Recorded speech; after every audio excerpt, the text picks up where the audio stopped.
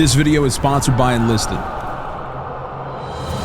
I stormed the beaches of Normandy, fought off Japanese heroes at Pearl Harbor. I took Stalingrad back from the Germans. I fought in every major battle of World War II. In video games.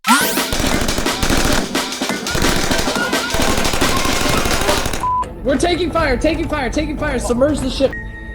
Oh, wow. General quarters, all hands man your battle station. You can't do this to me right now. It all started last month when during my annual rewatch of Band of Brothers, I started thinking, is a $400 replica of Easy Company's uniform complete with the Screaming Eagle patch and a 506 infantry spade on the helmet a fiscally responsible purchase? My bank account said no. But a firm said yes, so I also started thinking, could I find all of these battles in video games? But not just the engagements from Band of Brothers, I wanted to do something that's never been done before. So I've collected 40 of what I consider to be the most deciding and climatic points of World War II, and compiled them into chronological order to experience the deadliest conflict in human history in a completely new way. Help me.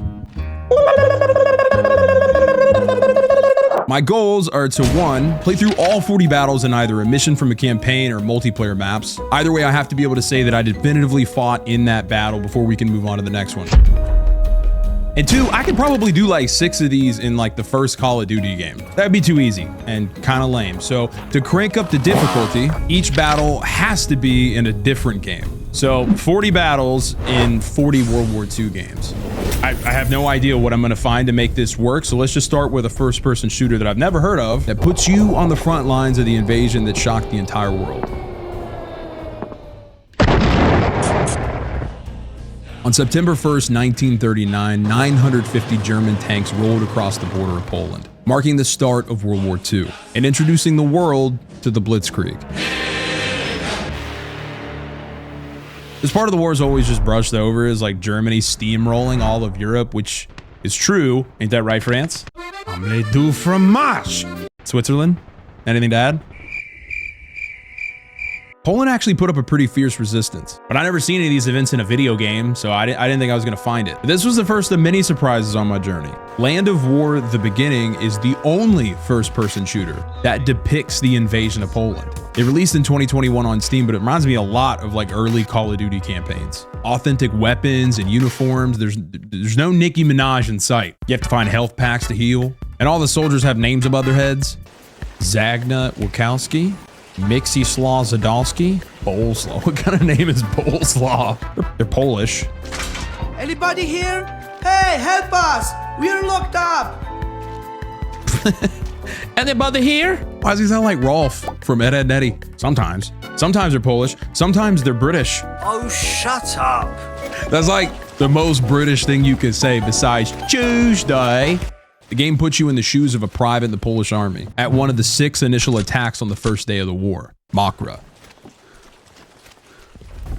All around the village of Makra, Polish cavalry units dismounted and in fortified positions to take on German 4th Panzer Division.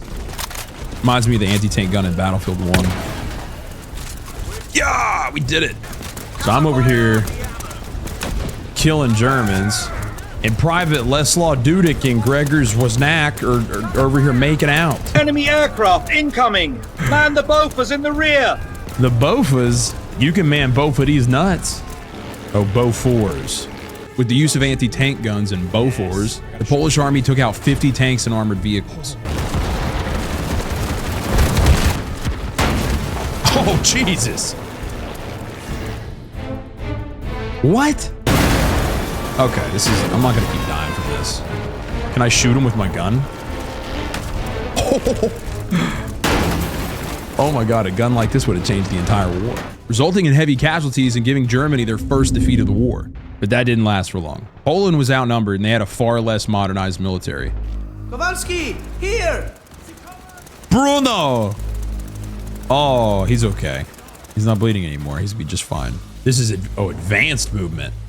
Jumping is advanced movement. We were just planning to bring the armored cars forward to support our troops. The Krauts have quite a large force. Lieutenant Zagnut is clearly under the influence of alcohol. We're moving out.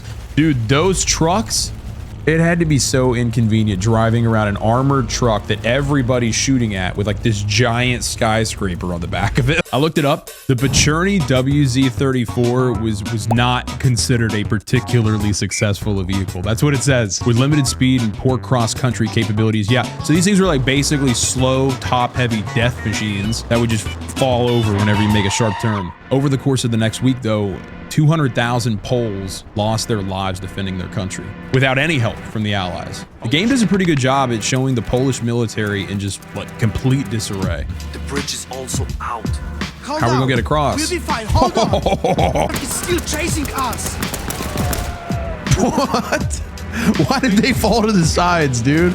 Oh yes, Heinrich, get in the defensive position. The Germans invented planking, so that's pretty cool. Once the Soviets invaded from the east to take their share of Poland, it was over, allowing me to officially say that I fought in the invasion of Poland. But this was literally just the first of 40 battles that I still had to play. In the east, the Soviet Union was planning a similar invasion of Finland.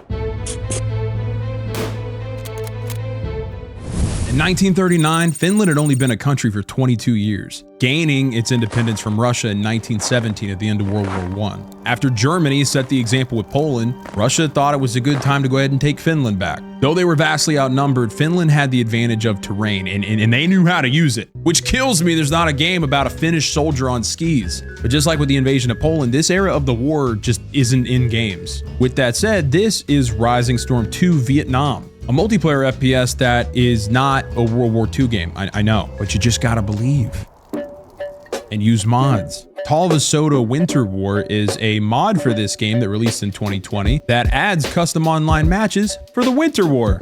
Hoppy, hoppy, Mars, Mars.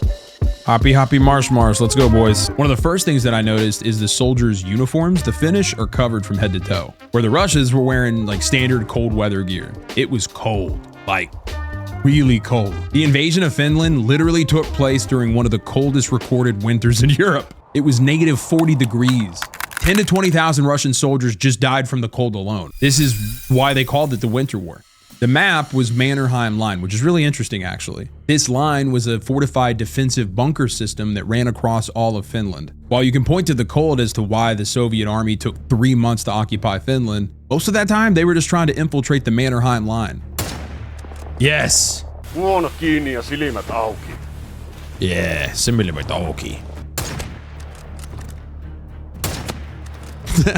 I love how if a guy gets shot in front of them, they just sit down. They're like, well, guess that's it. But seriously, what am I doing with my life?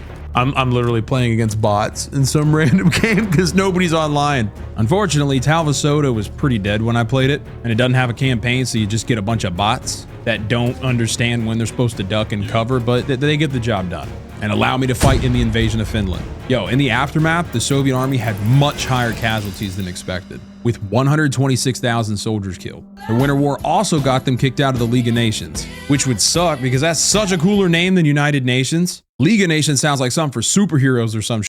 Now emboldened by the Red Army's struggles in Finland, this contributed to Hitler's decision to invade the Soviet Union a little bit later. But before that, he had to deal with France and Great Britain.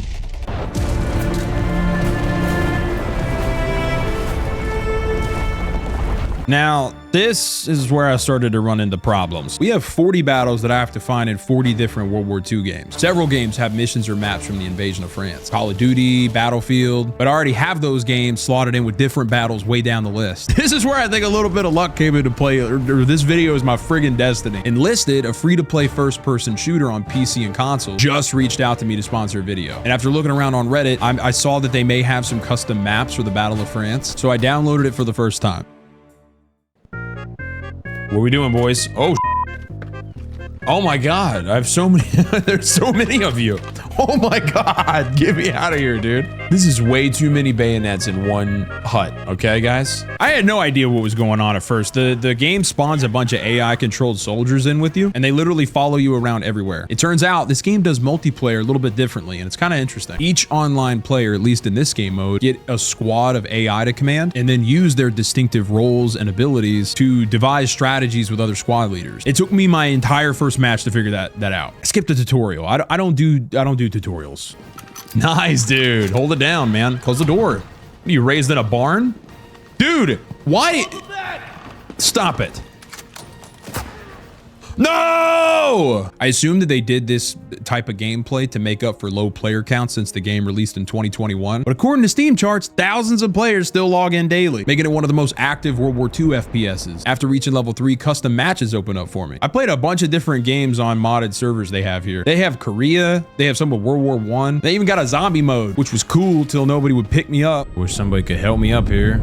You guys, you pick us up. What is this, Plants vs. Zombies? Why do they have wheels and pieces of boards? His head's in it. His head's in the board. But I couldn't find anything on the Battle of France. But with a little help of voodoo magic and mainly just some dudes on the enlisted Discord, I found the enlisted sandbox page where you can copy mods and then paste them in the server browser to play them. On the first page, like the first one, was the Battle of Arras, one of the most significant parts from the France campaign.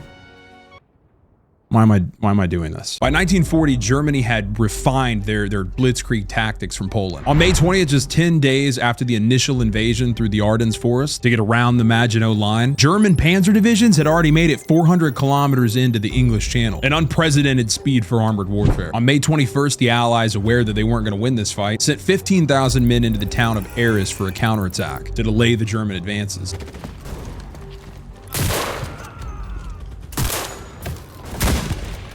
He wasn't so hard to kill. He wasn't so hard to kill. You sound like Goku. Oh, no. And because I started this server, it was just me and the bots running around for a bit. Let's go, dude. Right now, I'm aware that I'm fighting bots. This is a mod and nobody else is playing with me right now, but not gonna lie, dude, my KD ratio is the best it's been in a long time. And it makes me feel really good about myself, and I'm just gonna pretend that I'm fighting real people. But then like a few minutes in, it just instantaneously was full of players. Defend! Are we taking it? Ah! That was a weird noise. Oh! Mr. Cane Piece. There's people in here. Jesus Christ, he took his time.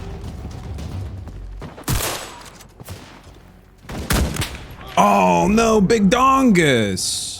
Yeah, these are real people. The game has over 400 authentic weapons, tanks, and aircraft to try out, like the German Tiger King, and even obscure guns like the American Johnson LMG. Everybody loves a good American Johnson. The vehicles in Enlisted don't have hit points. They suffer actual damage to their components and the crew members inside. And well-aimed shots will cripple vehicles, taking out their pilot or maybe detonating their ammo reserves in like a fierce explosion. As the United States, Germany, the Soviet Union, and Japan, you can unlock all these different vehicles and equipment to customize your squads with. You get to pick the loadout for everyone in your little AI squad. You can dress them up. Now, during the Battle of Arras, the Allies made some pretty early gains, making it up to 6 miles into German territory. But then they were forced to withdraw to avoid encirclement. Oh. Although they didn't break the German advance, the battle briefly disoriented the German high command and contributed to Hitler's controversial halt order that bought the Allies enough time for the largest military evacuation in history. And again, the Enlisted sponsored this video, but seriously, if you want to get your buddies off playing Warzone all the time to hop into some World War II-ish with you, this game is free on PC, it's on PlayStation, and Xbox. Use my link in the pinned comment or in the video's description to register. Players on PC also receive a special bonus pack that includes 2 weapons and a helmet for your soldiers, only available for a limited time, so get them while they're hot! Okay. Ooh,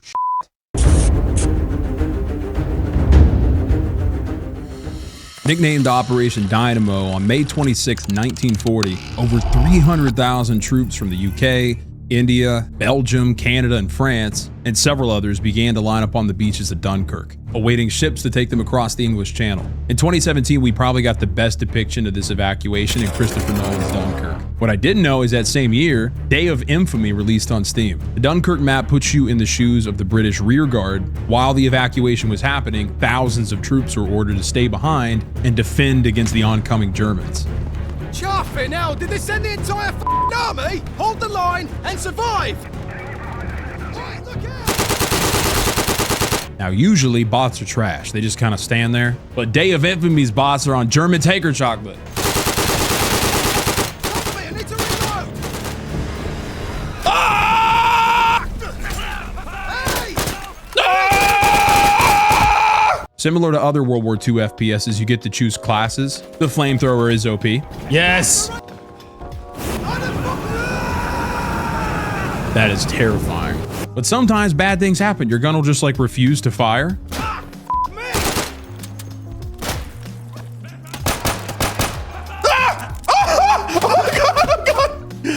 Kill him!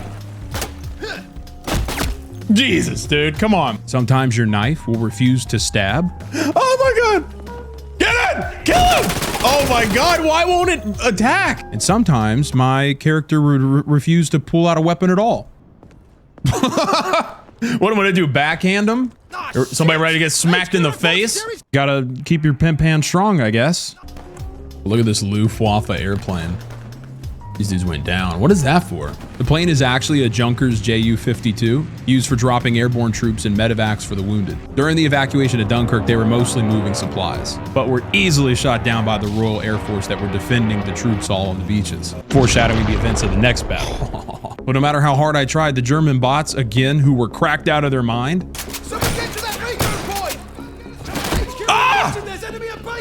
were unstoppable. They beat me 4-0. Wehrmacht 4, Commonwealth 0.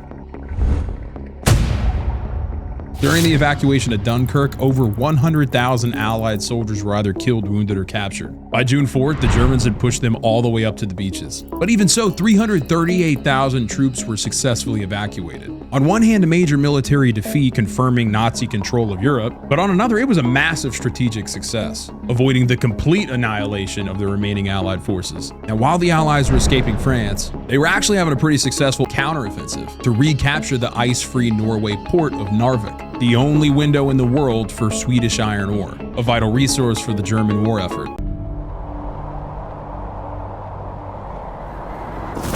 The invasion in Norway, codenamed Operation Vesterbotten, I think I'm saying that right, began in April of 1940, before the Battle of France and Dunkirk. Only reason I'm putting it after is because the specific battle portrayed in 2018's Battlefield 5 is from after the collapse of France and during the evacuation of Dunkirk, and the outcome in Norway was directly affected by those events. On April 9th, the first day of the invasion, one of the key attack points was the port city of Narvik. They took the city, but were left stranded and well entrenched in Narvik and their surrounding areas. At the end of May, the Allies planned a major counteroffensive by sea and air to get the port back.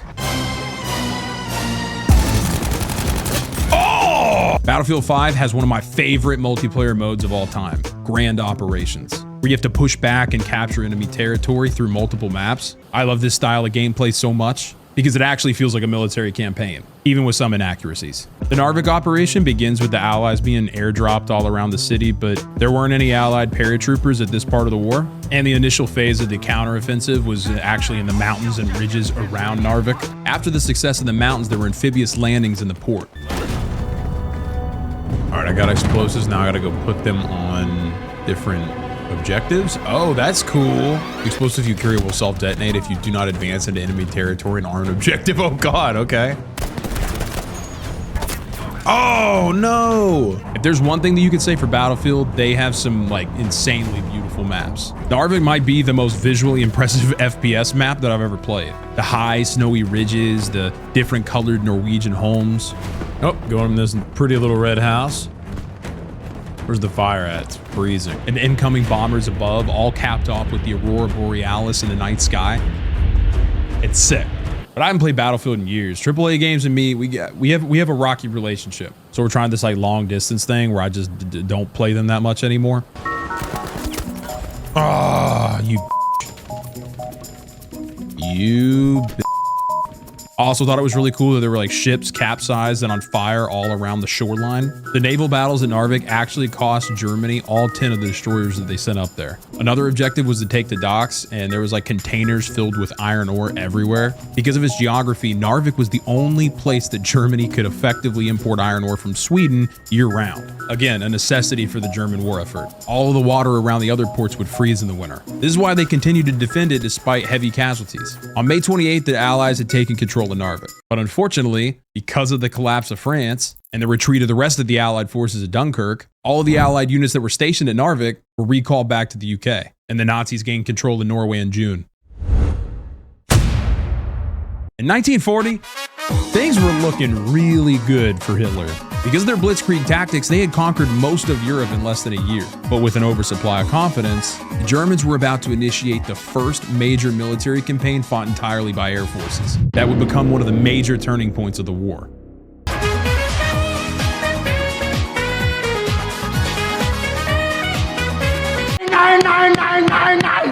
In July of 1940, just a month after the evacuation of Dunkirk, in an attempt to gain air superiority over the English Channel to set up for Operation Sea Lion, the possible full-scale invasion of the United Kingdom, Luftwaffe Commander-in-Chief Hermann Göring issued an operational directive to destroy the Royal Air Force and to terror bomb London into submission, resulting in a major aerial battle with over 4,000 aircraft between the RAF and the Luftwaffe. This became known as the Battle of Britain. 303 Squadron Battle of Britain released on Steam in 2018 and was the obvious choice here, depicting life as a Polish pilot in this squadron. During the invasion of Poland in 1939, Polish military leadership evacuated to France to fight on. After being evacuated from Dunkirk and surrounding areas, they finally were going to get their chance at vengeance. I assume this was just going to be some basic, like air combat missions, but they have an entire interactive hub that depicts the actual RAF air base that was at Norholt, the key station during the Battle of Britain. I'm gonna mess up this whole formation. The base is massive, so the devs added bikes to get around. You taking a poo-poo? It's not the best in-between missions hub that I've ever seen. The NPCs are soulless, bug-eyed salamanders. Bro, why your neck like that, man? Oh no, dude. That is a fresh collar, my dude. This dude's ears are never getting cold, but it gives the experience a bit more depth. With mission givers, lots of bike, probably like 5 bikes. Blah, blah, blah, blah, blah. What is this game? And after every mission, you unlock new parts for your plane that you get to upgrade in some type of mechanic mode. Open port wing machine gun compartment. Okay, is this that? Loosen the harmonization adjustment rail. I'm sure it's not that complicated for a normal person, but I'm stupid, and it made me feel more stupid. I'm not an aircraft mechanic. I don't know what any of this is. After struggling through upgrading my plane, the sirens went off, indicating a Luftwaffe air raid that we needed to intercept. Before every mission, the game lets you pick between arcade mode and realistic. I made the wrong choice. I want to go realistic. Can get them. Oh, wow, dude, I'm like in the cockpit. I'm definitely not doing this right. So your pilot can be affected by the G-force if you pull up too fast. And also if you make too many sharp moves. The NPCs kept yelling something about my carburetor. No idea what they were talking about because I'm not an aircraft mechanic, but it makes the engine shut off and then plane no go. Well, I guess I just die now. Arcade mode went much better. Within the first few seconds, I was able to get my first kill. Yeah! And then finish off the rest of the enemy battalion. Yeah! That one went all the way up the tailpipe. Yes! That bullet didn't even touch.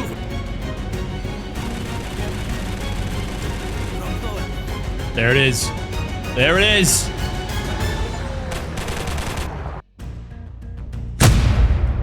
The real-life 303 Squadron ended up actually having the highest kill ratio in this battle out of any other command in the RAF. And they also had a major geographical advantage that the Luftwaffe did not have. Every time a German pilot was shot down, they were done. They were either captured or killed. But when an Allied plane was shot down, the surviving crewmen were immediately retrieved and usually able to get up into a plane the next day. Feel good. Real good. Good for you. Good for me. This, along with several other factors, led to the first major German defeat. Without air superiority over the English Channel, they couldn't invade. And Britain definitely wasn't going to surrender now, so Germany moved on to finish off the remaining threats in Europe, as well as on the sea. From the beginning, almost to the end of the war, one of the deadliest battles of the entire conflict was on the water. And I could not have found anything more immersive to showcase these events. That is Capitan. I am done talking. We are going to sing allies now. Bye-bye.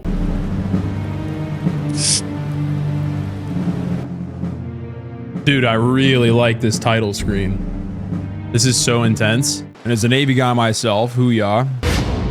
I said I'd never join. I put on my dress whites that I haven't worn in 8 years. Oh, man. It's a little wrinkly from being in storage, and the neckerchief is all f***ed up. I don't, that's as good as I'm gonna get it. So, piece of shit barely fits now. I feel like the damn Marshmallow Man from the Ghostbusters. I've only seen the Battle of the Atlantic depicted a few times. Greyhound, U-571, Das Boot, all three are absolute cinema. Greyhound, we hear the screams of your comrades as they die. I couldn't think of where to put this battle because it really spans the entire war. So I went with 1940 because it's before the implementation of effective convoy systems, as well as air cover past Allied controlled waters, resulting in the Black Pit, an area in the middle of the Atlantic 1,000 miles wide, where the Germans didn't have to worry about air support, so this became a literal hunting ground for their U-boats, who sunk over 2,700 ships during the war. There is literally no better game to experience this than Wolfpack, a 2019 Steam release where you and some friends get to control a fully operational replica of a German submarine in the Atlantic. Problem is, I don't have any friends. Well, none that aren't like, Warzone tonight. Luckily, there was one server online with 2 of the best seamen I've ever met. Yeah, I'll come to America just to punch your to then leave again to go back to my own country. Yeah, you better trust Jon Snow's threats. And I did make a mistake that cost us dearly. There's nothing coming towards us. I can't even see the convoy. Yeah! What's happening? When you first step aboard and you don't know shit about subs, this game is a little bit confusing because of how much detail they put into it. Let me give you a little tour of the sub. So here is our helmsman. Okay. Here. That's not a real person.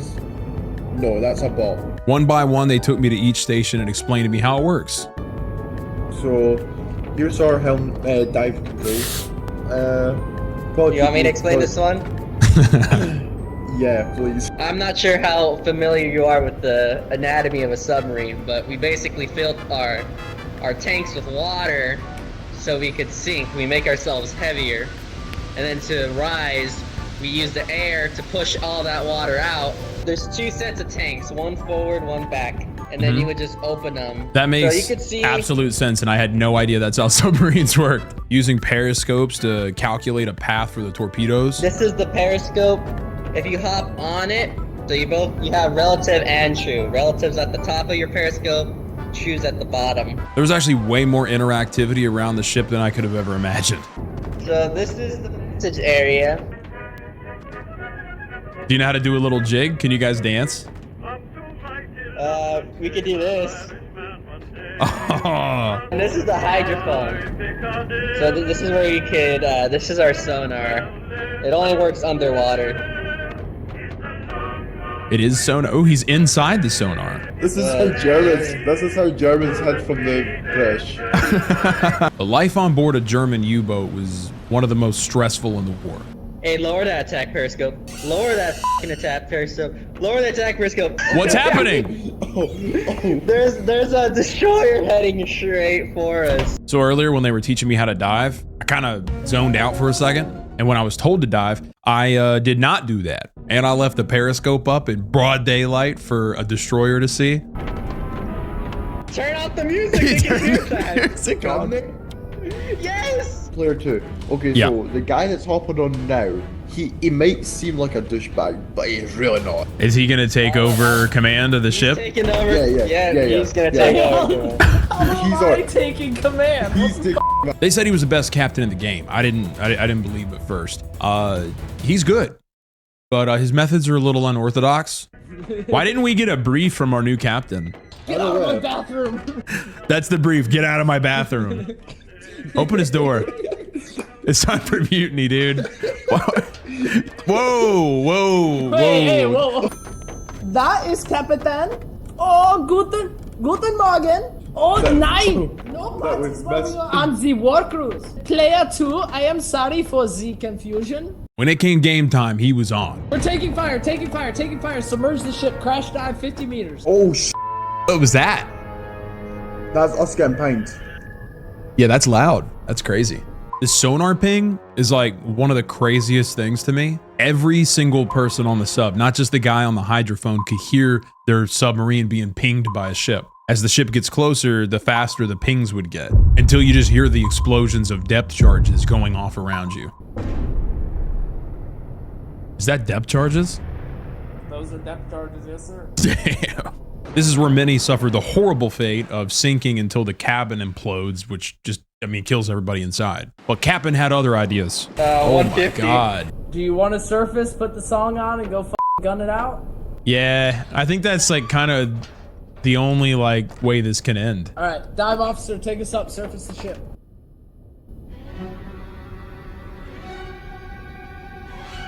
Yeah, man. The more damage we are, the more likely we are to crush at shallower depths. What are you talking about? You mean like implode? Yeah. It's so dark, bro. Oh, we got flashlights though. How do you change the colors? G. Oh, nice.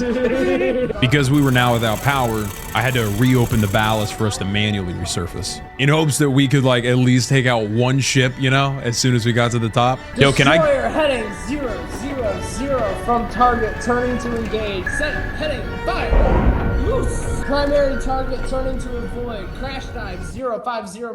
Oh. We didn't get a kill. No, we didn't even come close. But I still had a fun time playing it. It doesn't hurt that small gaming communities like this, they always seem so welcoming to newcomers, don't they? Anyways, get this. Because of the increasing threat of the German U-boats, Britain attacked France.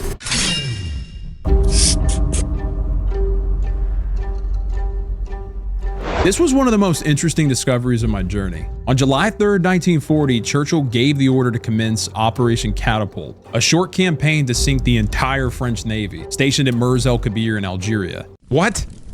Have you ever even heard of this? Am I the only one that's never heard of this? The Allies were losing so many ships in the Battle of the Atlantic. France had just signed a treaty with Germany, and Churchill did not want the Germans to get a hold of the remaining French Navy. As it could have tipped the tide, it could have cut them off completely from North America. I have definitely never seen this in a video game. I wasn't even aware that it happened. And after some searching, there was one game, Battle Stations Pacific, a 2009 release on the Xbox 360. The PC version has a mod for Operation Catapult. Problem is, they delisted the game from Steam for whatever reason. So after some other methods of downloading the game and mod, I suddenly had both installed on my computer. Like magic. What side did it put me on? Okay, so French. Now this actually wasn't a surprise attack. Churchill had already given France an ultimatum. They had to either sink the rest of their fleet or join the Royal Navy. When there was no response, the British battle group posted right outside the port, opened fire. The ship I was controlling here, the FNS Bretagne, was the only battleship sunk that day. But this still resulted in the loss of over 1,000 French sailors. Yo, and I'm not gonna lie, hey, it was France's fault. All the ships that weren't destroyed were sent to Toulon and remained in control of Vichy France, the puppet government that Hitler left in charge in southern France after they surrendered. In 1942, Germany launched Operation Leyte to seize the French Navy. And then guess what France did? They went and sunk all their ships anyway. This wasn't a major battle, but I just had to put this in here. One, I can't believe I've never learned about this. And two, Operation Catapult is just one of those historically significant but forgotten parts of World War II that shows how dire the situation was and how quickly this conflict was enveloping the rest of the planet. Speaking of, we haven't talked about the third and least successful dictator of the Axis yet.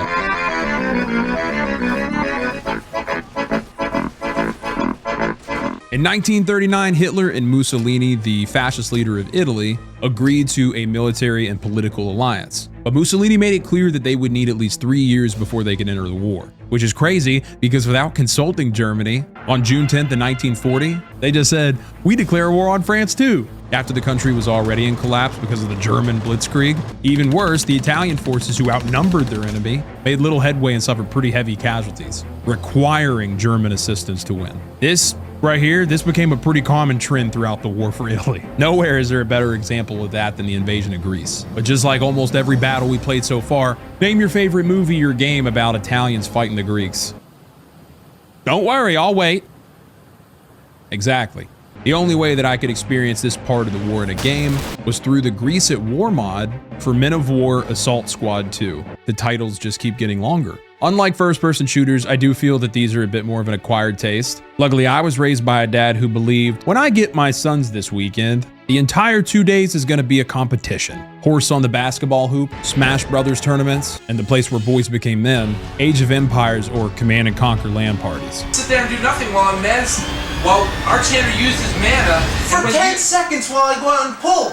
So there's gonna be at least a couple RTS games on this list. The mod for Men of War Assault Squad 2 placed me in a culturally significant part of the invasion of Greece, the Battle of El-Alamein. I'm not even giving that a second attempt. Just a few days after the start of the invasion, 42,000 Italian soldiers marched into the Epirus Mountains of Greece, and they were met with only 15,000 Greeks. The game does a good job at showing the just massive Italian force outnumbering the Greeks 3-1 and trying to maneuver their tanks through the mountainous terrain. From this perspective, it's actually a lot like the 300 Spartans of Thermopylae. The difference is this time the Greeks had guns, tanks, and mortars. For several days, they repelled wave after wave of Italian forces, forcing Italy to halt their invasion of the Epirus sector of Greece, which gave the Greeks time enough for a counterattack that penetrated almost 50 miles into Italian territory and stayed there until German intervention in April of 1941, embarrassing the Italian army by defeating all of Greece in a month.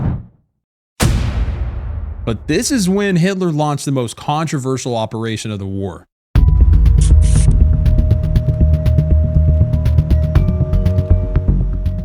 I always wonder, like, at what exact point did Nazi leadership start to realize, you know what, this dude's full of shit.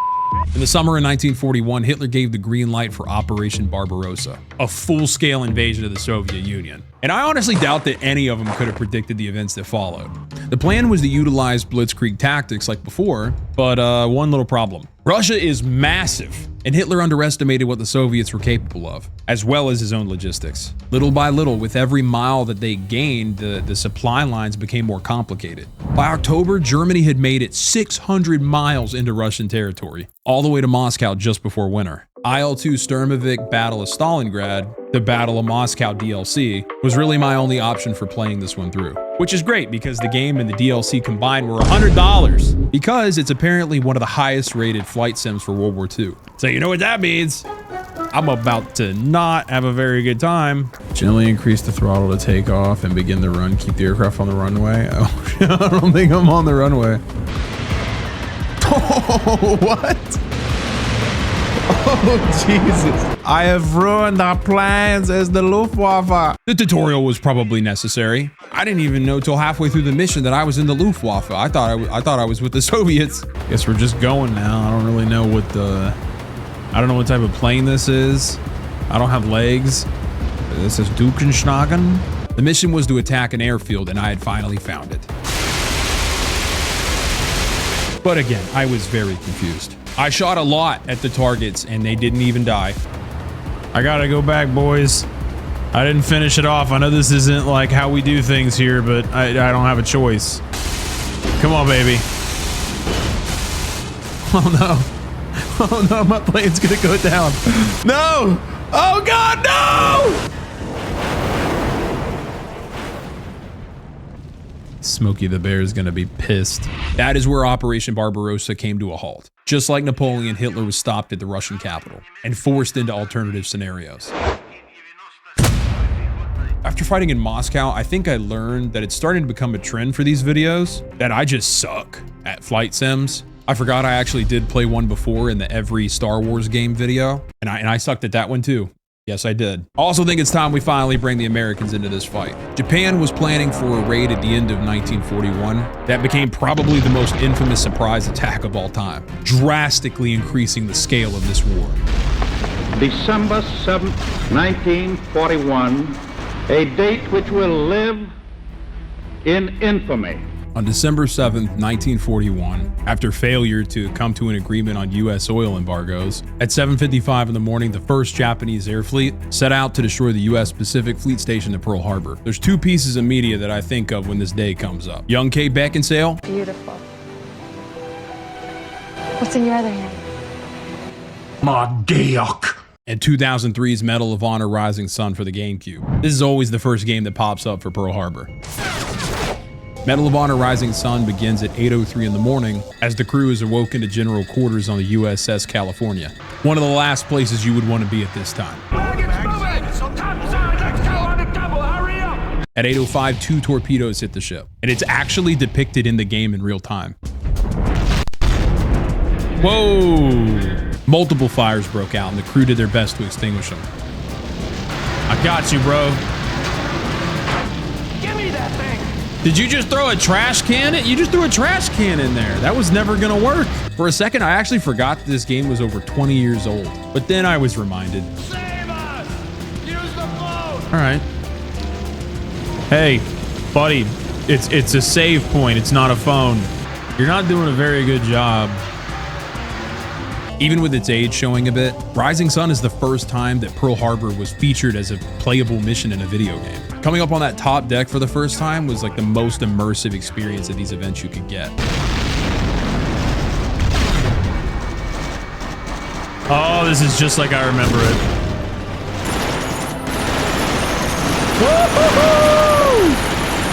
In the first hour of the attack, most of the US battleship force was already sinking or heavily damaged by the Japanese planes. The best part of the mission is when you get to hop on the gun of a patrol boat.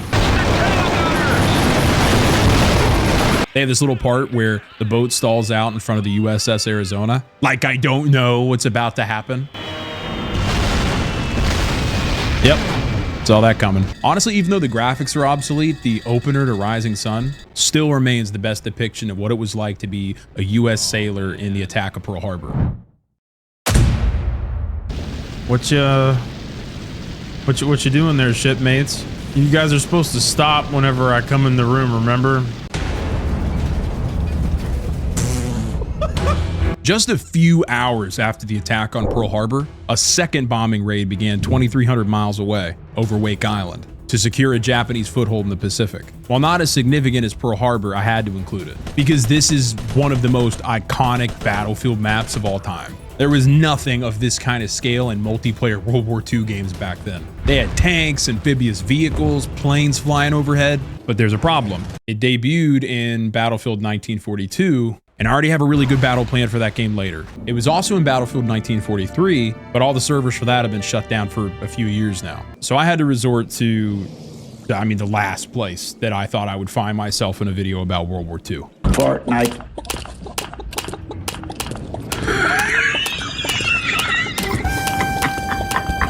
Battle 43 is a recreation of the Battlefield 1943 Wake Island map in Fortnite creative mode, but it's a couple years old, so there's literally nobody still playing it. Luckily, I had a lifeline, my new adopted brother from Colombia.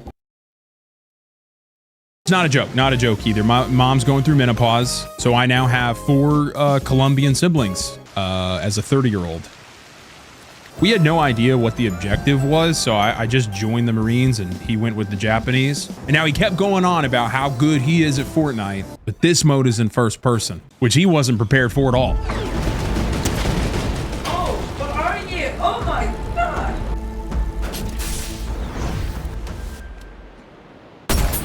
Woo! Let's go! I can see you there. Oh, that headshot was beautiful, baby. At this point, I realized this kid's my brother now, and I've never 1v1'd him in a video game. Yeah! So it turned out, similar to Battlefield 1943, the objective is to capture points around the map. After you capture, AI will spawn in and defend it for you. You do? You only have 1 bot now. I'm gonna kill all your bots. You don't care about them? I wasn't even looking at the bots. So now, in typical older brother fashion, all I wanted to do was prevent him from leaving that first village, as well as capture the rest of the points before he could get any of them. Come on, bucko. Why are you capturing? Don't capture my village. Get out of my village.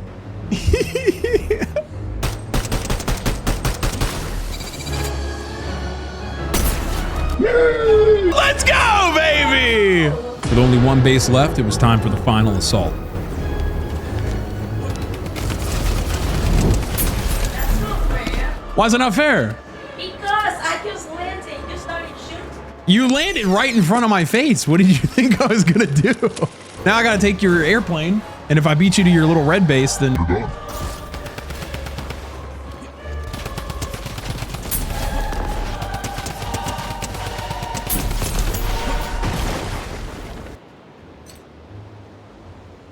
You wouldn't happen to be camping in a corner, would ya?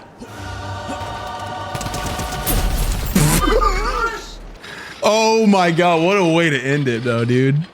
Good game, man. The initial air raid here right after Pearl Harbor was actually followed up with several amphibious invasions that eventually broke through and captured the island for Japan in late December. Battlefield 1943 was the best depiction I've ever seen of this skirmish. And it sucks that EA just kind of wiped it off the face of the earth, just like with Unreal Tournament. EA games. Battle 43 is actually a pretty good time, but riding around in chunky planes with Sabrina Carpenter, it's still Fortnite. Now, with the Americans declaring war on Japan, the UK needed to make sure they were doing everything that they could to continue convoys across the Atlantic. So High Command plotted a daring amphibious operation for British commandos to render basically all German ships in the Atlantic unable to attack.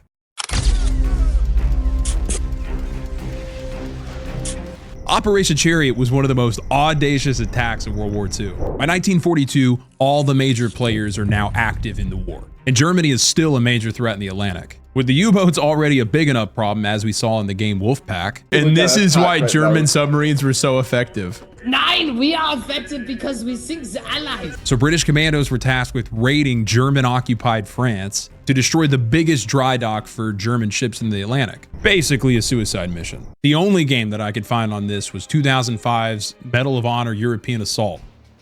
St. Nazaire is nothing like I thought it would be. I miss how seriously that AAA companies like EA used to take war games. The intro has actual clips of war, with a real-life veteran narrating it. And the memories I have don't even seem real to me. On March 28th, the HMS Campbelltown, rigged with explosives, and over 200 British commandos, rammed into the dock at Nazaire, ready to explode, while the commandos rushed off board to destroy major installations on land. Why are you looking at me like that? Why does every 2000s World War II game always start with like some dude yelling orders into your face while you gain consciousness?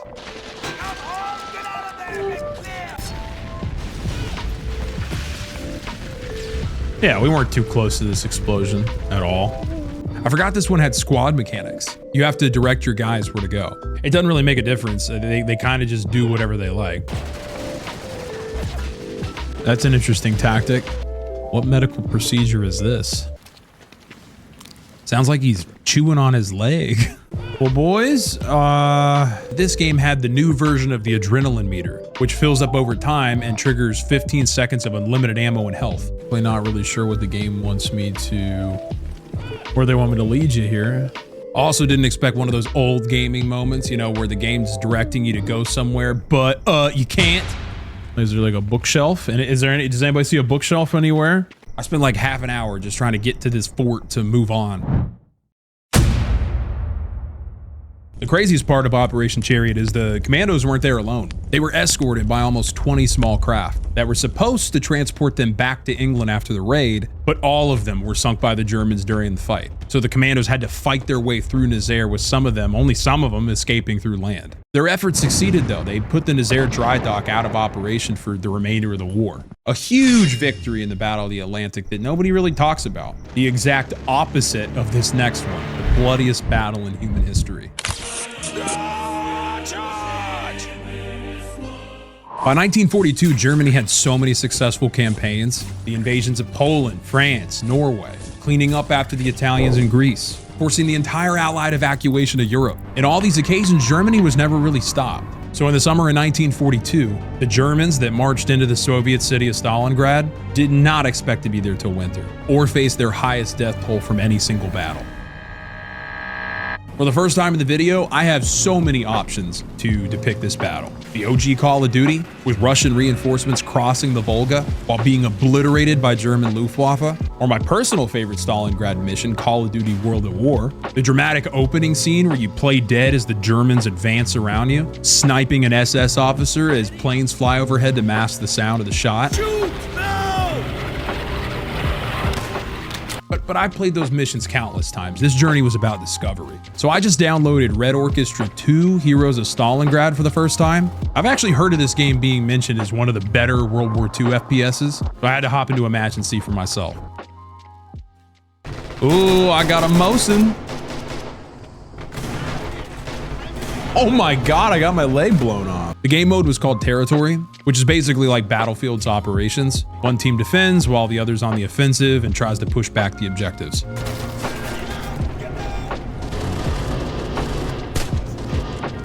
Ooh, I killed a German! And then advanced through key moments of the Battle of Stalingrad. The first map was at the Red October steel plant, which is particularly interesting, especially if you've seen Enemy at the Gates. This is the location where the Germans sent one of their best marksmen, Major Erwin Koenig, to hunt the hero of Stalingrad, Soviet sniper Vasily Zaitsev, with over 255 confirmed kills. That's a lot.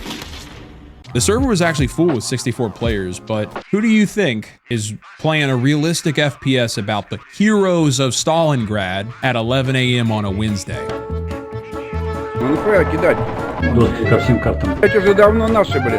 Playing on an entirely Russian server kind of adds to the immersion of the experience.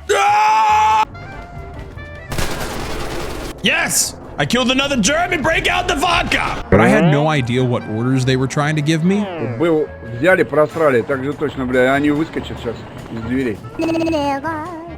What? As we started losing the match, I could tell that they were getting frustrated. Вы чё тут встали-то, ё-моё? Сейчас я задымил, сейчас шаман. Все, побежали, ребят, побежали в зону.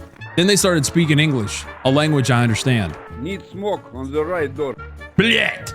Smoke, блядь, надо. Smoke. Which I knew had to mean that the only American on the server was doing something wrong. You should use smoke. You have to smoke. And you should use it. Oh, smoke grenade. Smoke grenade, yeah. Because the game focuses on realism and has a really low TTK, smoke grenades are a necessity to be able to move forward and advance without getting shot. I'm going to throw a smoke grenade. Этот товарищ взял командира 5-го отделения, по-моему, вообще никто не соображает. I pressed G and it did not throw a smoke grenade. It only threw a regular grenade. Don't need smoke grenade. Now don't need. But by the time I figured out how to use them, now we don't need. Stalingrad was a rare example of the side that lost the most men winning. By winter, the entire German Sixth Army, comprised of about 300,000 men, was trapped in the city of Stalingrad and unprepared for the unbearably cold Russian winter. But Hitler forced the Sixth Army to continue fighting all the way up until February in 1943. The aftermath is shocking. From months of non-stop building-to-building fighting, the snipers, and especially the cold, over 300,000 German soldiers died in this battle. Even more astonishing, approximately 1 million Soviet soldiers died in Stalingrad. Try and fathom how insane that is. They even trained anti-tank dog units that would direct their canines strapped with explosives to destroy enemy tanks. Those dogs actually took out 13 German tanks in the Battle of Stalingrad. That's a real thing, look it up. This was a catastrophic blow for Hitler. For the rest of the war, Germany was now on the defensive on the Eastern Front. Across the world, in the middle of the Pacific, the US was trying to do the same with Japan. Get of our teeth, isn't it? It'll be close enough. All aircraft, draw fire from S-17.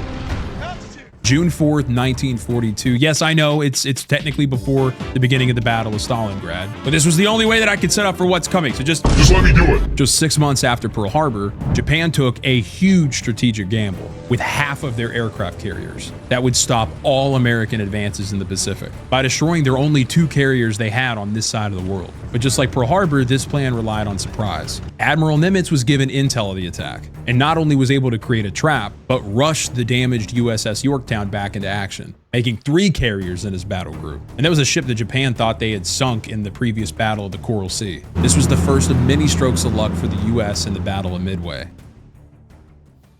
The 2021 Call of Duty Vanguard happens to have a mission depicting this from aboard the USS Enterprise. But this game doesn't have an unlock all missions like console command or cheat or something. And it's the 4th in the campaign, so I had to fight through all 3 to get to it. This was my first time playing this game. Yeah, this title screen really makes me think World War II.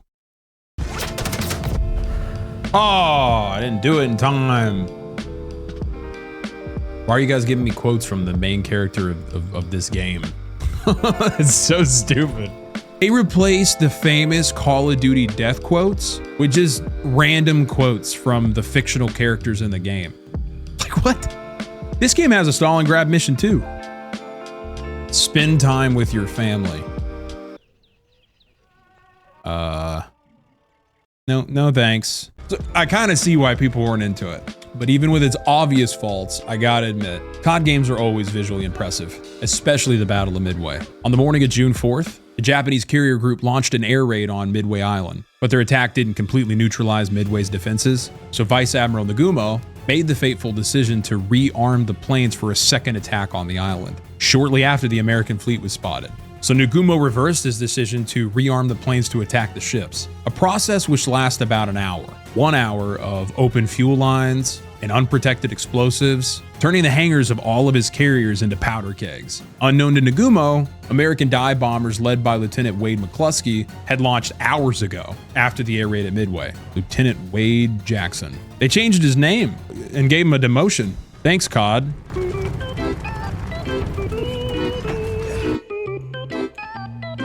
Intrusive thoughts. You win again. I'm still doing it. I'm still doing it, boys. By another stroke of luck for the US, the dive bombers, who were now running low on fuel and about to be forced back to their carrier, spotted a lone Japanese destroyer and followed it, leading them to the actual carriers. It is insane to me that whoever was in charge of designing Japanese carriers in World War II didn't think it was a bad idea to put a giant red circle on top of the flight deck. The US pilots literally used this as targets for their bombs. Dang.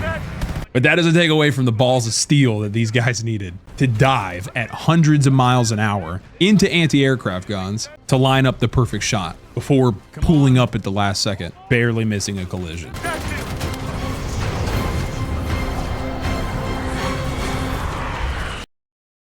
After bombs sliced through the wooden decks of these carriers, they exploded in the hangars, igniting all the fuel and ammunition that was out from the rearming of the planes. So in a matter of 5 minutes, 3 of the Japanese carriers in the group were completely destroyed, and the 4th followed soon after, killing over 3,000 Japanese sailors. This was a catastrophic loss that Japan's Navy never fully recovered from, opening up the Pacific for the first major offensive of the United States. We're putting up a stand, but time to go. Now get out of here. What?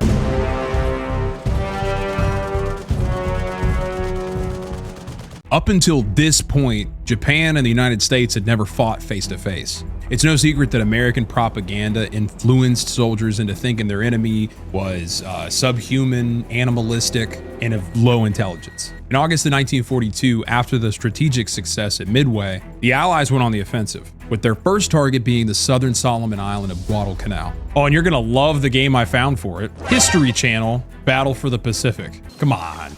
You don't think a game made by the History Channel would be good? You're right. That's it. Now you die. What? Bro, what? And then it just goes right back to fuse the bomb? Who was the guy that died? This is quite literally the worst World War II game I've ever played. Eliminate Japanese chasing boats. Oh, really? Is that what they call them? I hate it. I hate it so much. I hate everything about this game. It came out in 2007, but it looks like and plays like 90s DOS games. Do they just keep coming? After suffering through 3 painful missions, I reached the Battle of Guadalcanal. Guess I'm rowing ashore by myself. That makes sense. This was the first major land battle of the Pacific. and resulted in the deaths of over 7,000 Americans and almost 20,000 Japanese soldiers. The location was key to both sides because of Henderson Airfield. Whoever occupied it would control air superiority through most of the Pacific. So after the US captured it, there were several Japanese assaults, day and night, to retake the airfield. If you've ever seen the Band of Brothers sequel series, The Pacific, that show probably has the best depiction of these battles in episode 2, I think. In Guadalcanal, the Americans learned that the Japanese were nothing like they'd been told. They fought hard, down to the last man, and with honor. Okay, we took out the MG placement, infiltrate the seaplane base. Piece of cake. Nice. What the f was that? The Battle of Guadalcanal is where Marines were shocked by Japanese officers that still adhered to Bushido, the samurai code, by committing seppuku, voluntary unaliving themselves by disembowelment to preserve their honor in the face of defeat. Western culture had never seen anything like that. From here on out, US ground troops knew better than anybody that every island they invaded was gonna be brutally defended down to the last man. 1942 is the definitive beginning of a strategic shift in the war. The Germans' catastrophic defeat at Stalingrad, and the American victories in the Pacific at Midway and Guadalcanal, and then a third in North Africa to set up the invasion of Nazi-occupied Italy. In October of 1942, German General Erwin Rommel, known as the Desert Fox, for his successful campaigns in Africa up to this point, had advanced deep into Egypt, threatening the vital Allied supply lines of the Suez Canal. But he had to wait and then hold northern Egypt, relying on a victory at Stalingrad so that the German Sixth Army could come down and invade Iran and then provide support from the north. British command saw this as a perfect opportunity to launch a massive counteroffensive to push the overstretched German army out of Africa. This became known as the Second Battle of El-Alamein. Call of Duty 2, the 2005 sequel to OG COD, was the first game to depict these events in an FPS. Queen 6, this is King 6. Enemy tanks sighted leaving the depot. The battle started with a diversionary night raid to distract the Germans from the main assault. Einen. You stepped on a minefield and died. The defensive area outside the trenches of El-Alamein was known as the Devil's Garden. Intricate minefields that were so extensive that since 1945, 8,000 casualties in Egypt alone have occurred from unrecovered mines. So that sucks. Let's go, Desert Nazis. Captain Price. I can't wait to see my boy. I haven't seen him in so long. Also haven't played this game since I was a kid. I forgot they had the real Captain Price.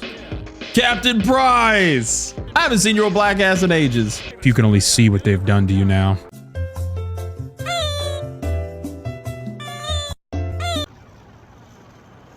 Hold the line. Love isn't always on time. Run him over. There you go. Oh my God, there's so many of them. On the 29th of October, Rommel's panzer divisions attempted several counterattacks to stop the Allied offensive. Ah! The death of one man is a tragedy. The death of millions is a statistic. Joseph Stalin. That's dark.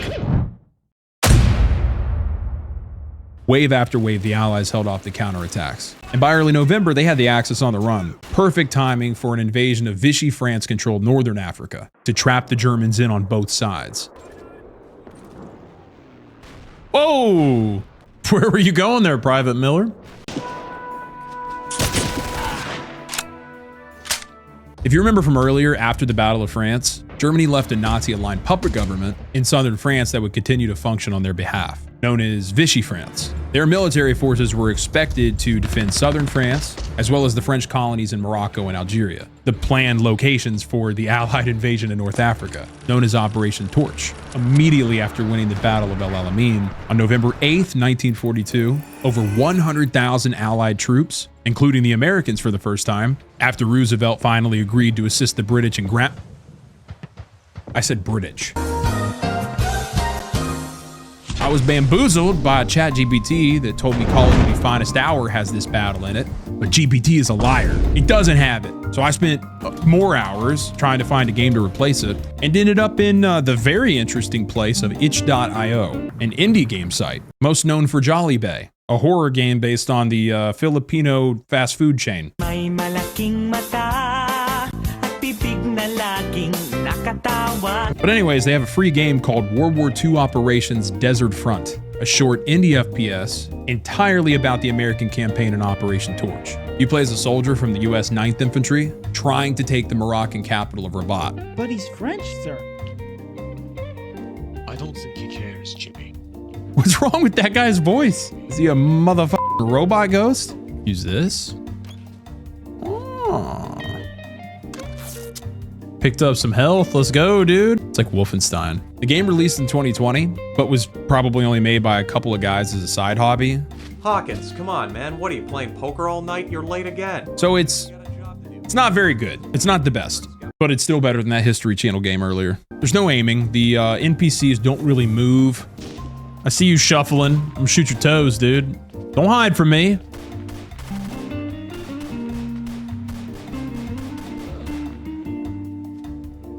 Well, hello there. Sometimes you'll encounter soldiers surrendering, which happened a lot during Operation Torch, as many of the French soldiers, shockingly, were not that into fighting for the Nazis. No, please don't shoot.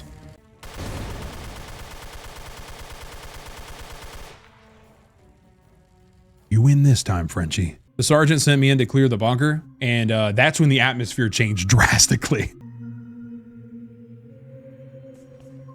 Why do they have to be playing this eerie ass music? Oh no. He just had to take a poop. Ah! The hell was that? They got this creepy ass music playing in the background. This is terrifying. I feel like they tricked me and this is gonna end up being a horror game. Ah! It's not AAA or even comparable, but for an indie game, probably developed by like a dude, it functions and features a really interesting part of World War II that you don't see often. The success of the Allied invasion of North Africa led to the encirclement of the German army, forcing them to send reinforcements and resources south when they really needed them on the Eastern Front for the largest tank battle in history.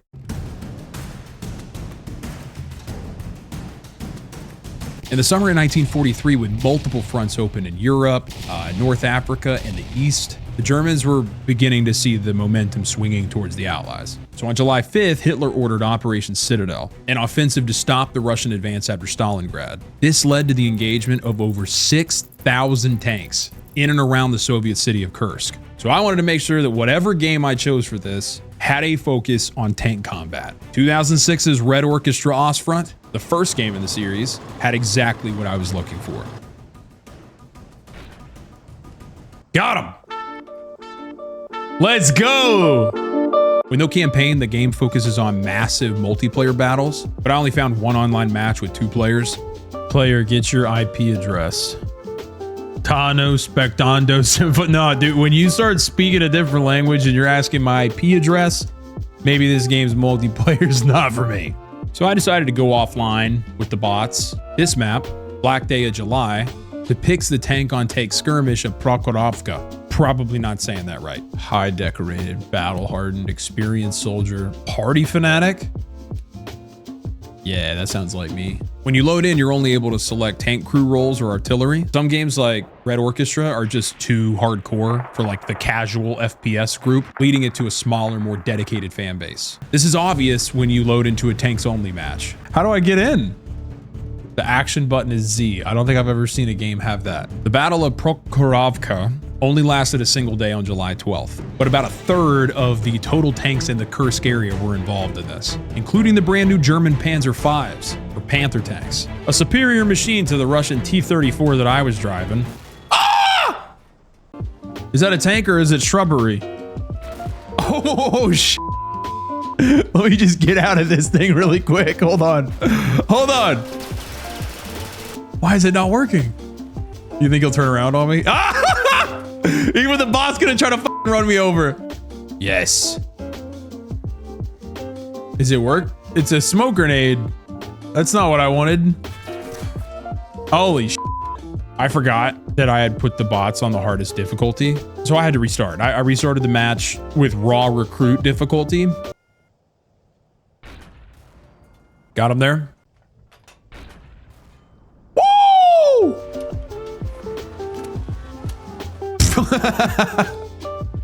Oh no. He said, honestly, it probably wouldn't feel very good to get ran over by a tank.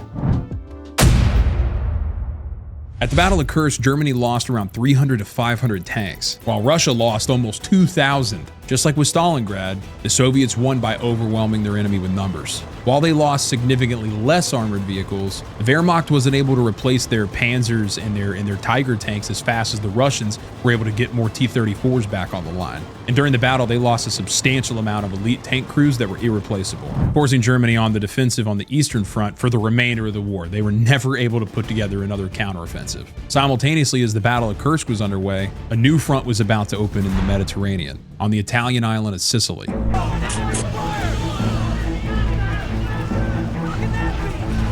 We've come a long way since the invasion of Poland, haven't we? This is our 20th battle, so I picked a really interesting one for our halfway point. 1 year before D-Day, to pull off the largest invasion of the war at this point, the Allies actually did some pretty crazy shit. There's Operation Mincemeat, where they found a dead homeless guy and dressed him up as a British officer, having him wash ashore on Axis beaches with fake plans about an invasion of Greece. The United States worked with the Sicilian mob in New York, who hooked them up with designing battle plans, as well as connected them to members back in Sicily, like Calogero Vizzini. He literally rode on American tanks for 6 days directing the Allied advances, and ordered his Sicilian mafia lackeys to eliminate Italian snipers in the mountains. It's actually a crime that this has never been in a movie or a game. What is playable is the first large-scale United States airborne assault, dropping behind enemy lines in Sicily before the main amphibious invasion. 2007's Medal of Honor airborne mission, Infinite Mischief, showcases the unexpected chaos that these guys endured. Our plane's on fire. Go! Due to poor navigation, bad weather, enemy flak, and inexperience really, US 82nd paratroopers were scattered all over Sicily, often miles from their designated drop zones. Do I get to pick where I drop? Oh, I do. Oh, you get to control where you drop. That's awesome. The developers tried to capture this in a really unique way. In paratrooper missions in most games, parachuting to your drop zone is an in-game cutscene. But in airborne, the missions are kind of open world. You get to control your shoot and land wherever you want. This guy right here, right on this German's head. Yes! The objectives are non-linear, unlike most World War II campaigns. I had to take out several AA gun placements, but you can attack them in any order depending on where you land.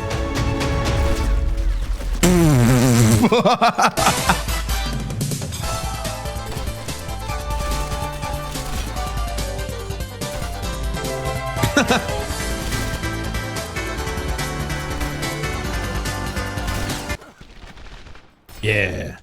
Sit down. The late 2000s was also a really fun era for ragdoll physics. They hadn't really quite nailed how to do it yet. He tried to do a somersault. Stupid Nazis. But when it works, it actually looks really good.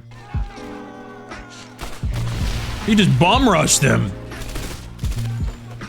Look at that. They have body collision. Even though the game shows a lot of German soldiers, Sicily was mostly being defended by the Italian forces. And you have to understand the state of Italy's military by 1943. They were losing on all fronts, and many of them viewed the Germans as arrogant occupiers rather than equals. This became a much bigger issue for the battles that followed in 1944.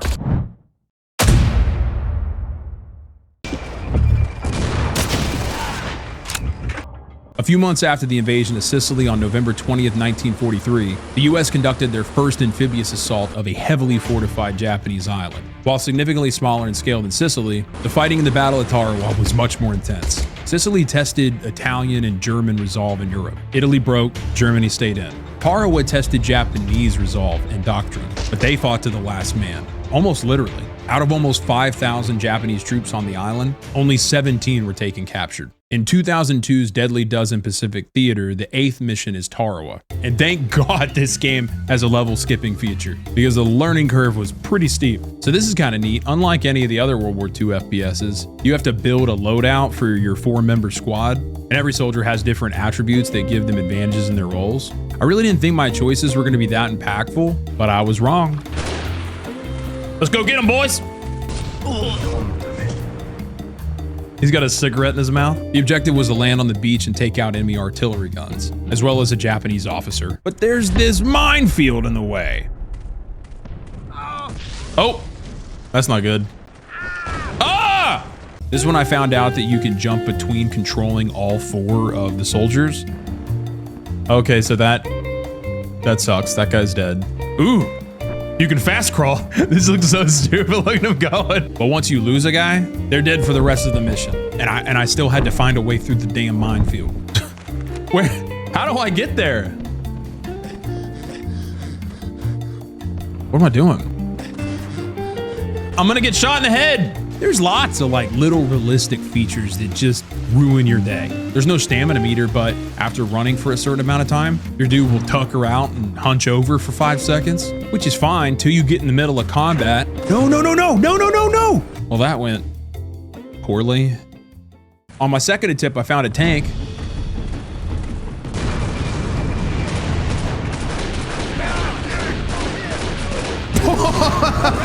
That was way worse than the first time. After some trial and error, there's an area that avoids bazooka fire and mines. Driving through that, I took out all the artillery on the beachhead. But I lost our medic when he stopped to take a breather right after I threw a damn grenade.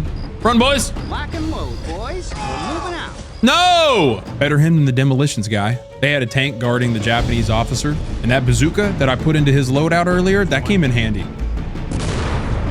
Come on! Did we get him? We did! We got him! After sniping the officer with a Japanese Arisaka rifle that I found. Oh, I want the samurai sword. This is a really unique game, but if you're ever gonna try it, it's tough. I was only on easy mode. They only had to go like 5 feet. The Battle of Tarawa only lasted 76 hours. It was more costly to the Japanese, but 1,000 Americans were lost as well, with the highest casualties on the beach because the US landing craft got stuck in the reef, almost 5 football fields away from the shore, so they had to wade and swim under heavy fire. This battle highlighted a no-surrender Japan, and America's willingness to absorb heavy losses to advance through Japanese islands. After fighting in Tarawa, I had to hop back to the Mediterranean, where the Allied advance into Italy had been stopped at the Gustav Line. After the successful capture of Sicily, Germany was scrambling to stop the Allies from reaching Rome. So in the winter of 1943, they fortified the Gustav Line, a massive defensive line up in the mountains that stretched to the entire Italian peninsula, with its central strong point in the peaks and ridges above Monte Cassino, overlooking Highway 6, the only road leading into Rome. In January of 1944, Allied troops attempted to lead an assault up the fortified mountain, resulting in their highest casualties in Italy. 2002's Medal of Honor Allied Assault had a DLC called Breakthrough that featured these events. Today, Allied Assault is only available through the EA app. The launcher downloads the DLC with the game, but because EA wants me to have an aneurysm, it only lets you play the main game. I ended up having to do a bunch of mumbo jumbo from Reddit, changing file names and whatever to finally get the DLC to boot up. Oh my God, it worked. This was only the beginning of my problems with this game. Monte Cassino. Oh no. No! Oh! So little did I know, dumb old me, the Breakthrough DLC for Allied Assault is literally ranked as the hardest, most frustrating campaign in the entire Medal of Honor series. Oh, but I learned today. Take a medic and see if you can pull those chaps out of the fire. But are you not seeing what's happening? There's a battle going on right behind your back. The objective was to help the wounded in the town of Cassino, mirroring how brutal the assault on the mountain was for the Allies. During the battle, they had a staggering 55,000 casualties because the Germans were well entrenched and had a substantial high ground compared to them. And the game does everything it can to let you know that. Ah! You, come on! Jeez, they took away 40 of my health, just started the mission. The enemy bots in this game are absolutely relentless. They don't even stop when an NPC is sitting there giving you the next objective. We're gonna round up a way to get us out of this godforsaken hellhole. You're getting shot in the shoulder, dude. Stop talking. Now I have no idea what you said because you were standing there getting shot in the shoulder. The little blurry ass face. Now imagine having to protect 3 of these blurry faced jabronis from getting shot even once to complete the mission. No! For the final objective, you have to help some of these soldiers escape to a truck. And by this point, I had low health, no med packs, and low ammo. So this was just So much fun. So much fun. Okay, here I go.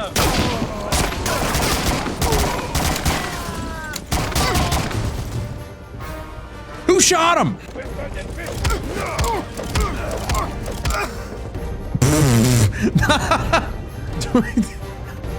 Dude, I hate this game so much. Thank God. I thought we'd never get out of here. I'm beginning to think you won't either. For the first two guys, there's like a few German snipers. But on the third, because the devs are evil, they put in a dude rapid firing rockets.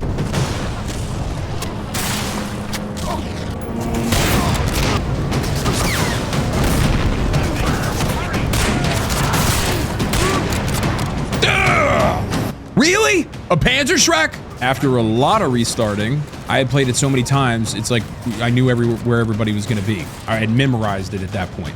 Keep your heads down, boys. I'm getting us out of here. So I was able to finally complete the mission and vow to never play this DLC again. Well, unless I do I played every Medal of Honor game video. With little success at Monte Cassino, Allied Command grew impatient and launched a really unlucky amphibious invasion to bypass the Gustav Line. Anzio is a story how terrain, missed opportunity, and egos can have devastating consequences in war. With the Gustav Line halting Allied advance through the mainland, the only way that they could break through is by landing over 100,000 troops on the beaches of Anzio, just 30 miles south of Rome, and past the Gustav Line. The assumption was that the fear of being flanked would force the Germans to retreat from Monte Cassino. I found a friggin' gem for this one. Here we go. Easy Red 2 is an indie multiplayer FPS that released on Steam in 2020. It must have flown way under the radar because I was doing an unhealthy amount of gaming in COVID and I've never heard of it. Whoa, you can pick up items off of them? I don't think I've ever played a World War II multiplayer match where you can loot dead players and take their canned tuna and eat it as a healing mechanic. Or when I'm trying to be historically accurate, nabbing a Luger off a German officer as a souvenir. Ludwig Heilemann. I guess I'll take his things. Oh, I got a Luger. He's got a Luger. The game is almost dead now with only a few active servers. So I made my own match of the Battle of Anzio. Just like Battlefield's operations, the match takes place across multiple maps, starting with the American 3rd Infantry landing on the beaches in Nettuno. This is crazy. Form up, let's go squad. Why are you guys still in the water? The initial invasion was very successful. The Germans were taken completely by surprise. Ooh, I'm gonna flank them. Let's go! Let's go! After capturing the first point, I noticed a really interesting feature about this game. Yo, they surrendered.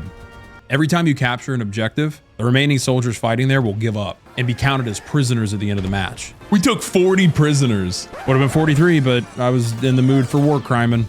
I'm a dirty little birdie. Nobody joined my match in the first map. That changed in the second one. How can we lose with 2 flamethrowers? You can't. Map 2 takes place on the 26th, just 4 days after the landings. You good? Oh, I'm dead! Oh, you just died in front of my eyes. Avenge me! I'm back. I have reincarnated. Me too.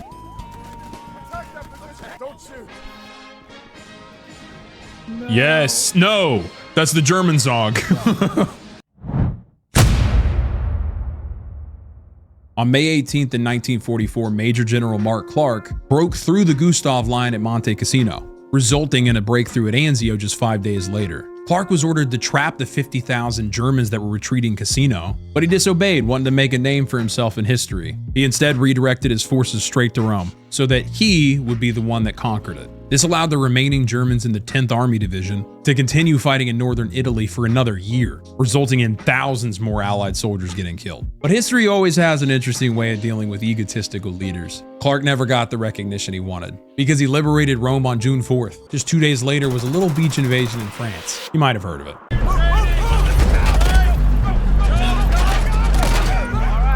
I've seen a lot of D-Day. I mean, almost every World War II game has D-Day. Call of Duty, Battlefield. The first time I experienced it was with 2003's Medal of Honor Frontline. This was peak immersion back then. But now I wanted to try landing on the beaches in Normandy in a way that I've never done, with this big old brick on my head. Medal of Honor Above and Beyond is a VR game that dropped in 2020. The Omaha Beach mission is like several hours into the campaign, but I didn't mind. I actually got a little too into it.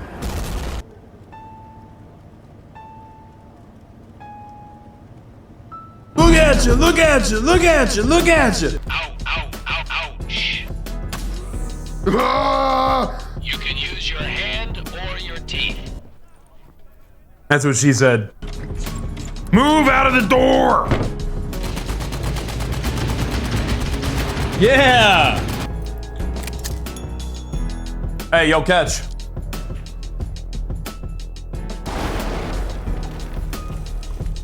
He has no fear of death. I get to punch you? I get to punch him, Harry Potter? You're a Nazi. You're getting an open-handed slap, boy. Rub my hands together and get this warmed up real quick. Ooh.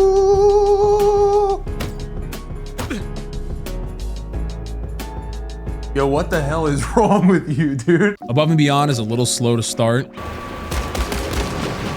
Yeah, let's go, bro. But it has a lot of immersive details that make the game really interesting. We have the papers. We have the papers. Let's try this. How is that German? I have the papers. Now, here's how you do it, Sarge. I have the oh my God. So I was really looking forward to D-Day.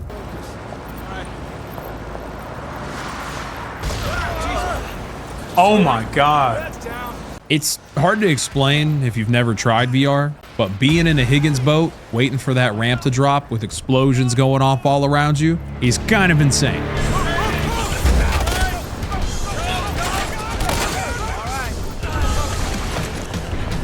Oh my God. All right. Oh my God. Oh my God. I got the explosive. I got the explosive. Oh no. Omaha Beach was the most fortified with the highest cliffs of all the landing zones that day, turning it into the deadliest beach of the invasion. The objective in Above and Beyond is to take out these anti-tank hedgehogs as you advance. I got it. I got it. I got it.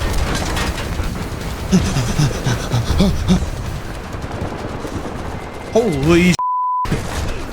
Oh no, he dropped the sled. Is this the right one?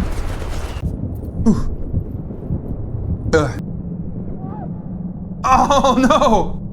I mean, I can only imagine what was going through these guys' minds. That final 60 seconds approaching the beach must have felt like a lifetime. A lot of games depict the beaches as being way too short on D-Day. From the boats to the foot of the cliff was hundreds of yards of anti-personnel mines, barbed wire, heavy machine gun fire, as well as mortars and artillery, so basically hell. But the Germans were completely caught off guard when small groups of Americans had infiltrated their defenses and flanked them in their bunkers.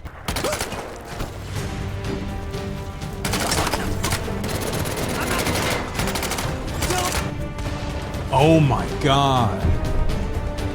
Looking out onto the beaches from the perspective of the German bunker actually made me change my plans. I had never experienced D-Day in VR, but I also hadn't really considered what it was like for the Germans. Is there a game for that? Oh my. Beach Invasion 1944 is a realistic tower defense style game on Steam that puts you in the German POV on D-Day. And I know I said one new game for every battle, but D-Day is such a significant moment in history, and this is a perspective that's actually overlooked, so just go with it. It must have been terrifying looking out of your bunker at the battleships and hundreds of boats coming your way. All right, wave complete. Using MG42s, Panzers, and flak cannons, you have to hold back the incoming forces. At the end of each wave, depending on how much damage you did, you're given points to unlock mines and explosive barrels that can be placed on the beach. Most of the bunkers in Normandy were positioned to fire on the beach.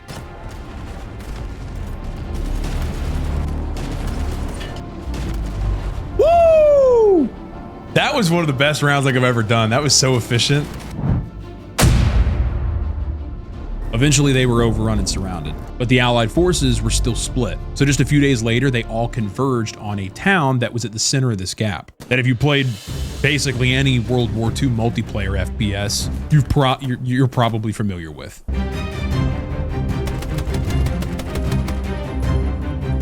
After the chaotic invasion, the Allied forces were scattered all over Normandy. The landing forces and the paratroopers needed a central location they could meet up. They ended up deciding on the town of Carentan, but it was heavily defended by the Germans and became the first major urban battle after D-Day. For this one, I chose the best World War II multiplayer FPS I have ever played, Hell Let Loose. You knew I was gonna have to play it at some point. This game is intense. I think they said the sniper was on the 3rd floor. Got him. There's no hit markers, there's no mini-map, and definitely no UAVs, forcing players to actually work together with callouts for strategic plays. In town center, if one of you guys can spawn anti-tank. Yep, I got it. I think my favorite thing about this game is most of the players just, they take it really seriously. The guy who asked for an anti-tank spawn is the squad leader. He spotted a German tank rolling through the town unopposed. I'm gonna throw some smoke. Any RPGs? You should have a Yeah, I got an RPG. Smoked out. Hold on. I'll get in here. Tank's down. Which Above the squad leaders is the commander. Whoever takes this role in the match is basically the overseer of everyone on the team. you get a chance, Staffy, can you drop like supplies for rearmament? Yeah. But we got stuck in town center because of constant artillery and aerial barrages. Oh shit, we're getting bombed. Get inside, boys! Spider way southwest. Oh yeah, they're coming southwest. The maps are so well designed that natural choke points will just happen. I'm on my way.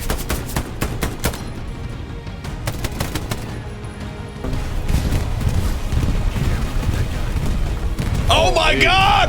Hell Let Loose is easily like the most immersive multiplayer experience. Well, until one of my old Navy buddies hopped in with me for the next objective. I found a truck for us, dude. You better get in. Oh no! Yeah. Oh, there he is. Get in, man. We're gonna go to the half track, and this dude says there's supplies over there. Oh my God, I suck at driving. I should not be driving. I have had a couple beers, okay? Had a couple beers. Just a couple. Just a couple. Just a couple beers. I don't know why. Maybe it was the Yinglings, but I couldn't keep my boy alive. No idea. Wait, am I the retard? I don't know. You may be a retard. I don't care. I don't judge. Well, bye. You shoot at the car. Bro, he just shot and I died. Killed in action. On top of that, Gonzo isn't a computer player. This was his first match not on console. He kept talking about not being able to see the game. My like screen is all jacked up. Hold on. Oh, it's because you got that slow computer. And it took me the whole match to figure out what he meant by that. Check your message real quick, bro. Look at what I'm looking at. I don't know how to fix On Discord? That. You sending me pictures with your phone on your screen like you're 67 years old, dude. Press escape, go to video. You should be able to click where it says windowed full screen and then set it to it. Got it. We're back in, boys. Yeah, that's what I'm saying. It's like playing video games with my dad. Oh, okay.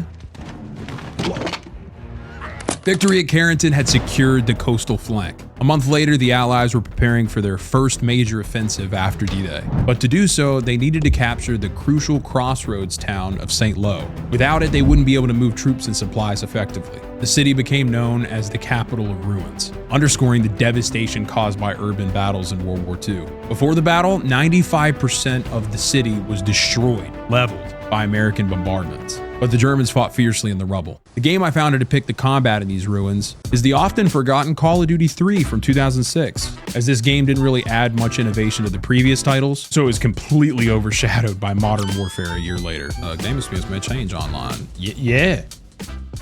Back then, people did not know that. Once I booted it up, I lucked out because the fall of Seelow on July 12th is the first mission of the campaign.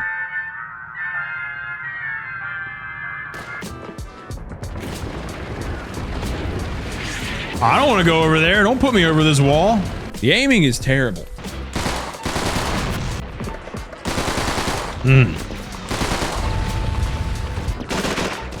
Dude, I can't hit anything in this game, man. Maybe it's the Thompson iron sight, but I couldn't hit shit unless I was right in front of him. Finally. This was also the first time that Call of Duty added those button mashing mini games when you're like in a melee fight.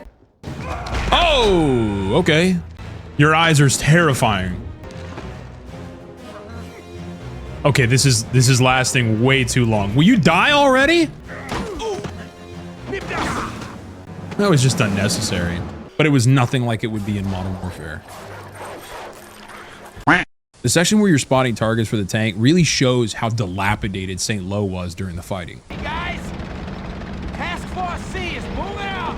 I can't imagine how difficult it would be for armored vehicles to move through streets like this. Look at this. The fall of Seelow not only allowed for new supply lines, but opened up the road to Paris that the Allies would liberate in the following month, which forced even more manpower and resources to be moved to the Western Front, giving the Soviets the opportunity for an even bigger offensive that would finally start pushing into German territory. Just a couple of weeks after D-Day, Russia launched a massive offensive into German-controlled territory on the Eastern Front. With over 2 million Soviet troops, that's 10 times the size of the invasion of Normandy. This is known as Operation Bagration. Before now, Germany had only fought one campaign at a time. This was the first time of the war where they had to fight on 2 fronts at full intensity. And I found a game entirely dedicated to that operation. Iron Front Liberation 1944. The game originally began as a mod for Bohemia Interactive's Arma 2, and the modders created an entire campaign story for fresh Wehrmacht recruit, whatever that is. They do a really good job too, actually, depicting what it was like to be a young German just called to the front lines in 1944. But General, Italy is on our side. The General answers, that's worse. Send them an army as reinforcements. We are laughing. They felt like they were going to the big game. The Nazi propaganda shelled out by Joseph Goebbels painted a picture of the Axis winning, but they were losing hundreds of miles of territory to the Soviets during this operation. I actually like that Iron Front has a bit of a tutorial, but I found out quick how seriously they take realism. Bro, shut the f up.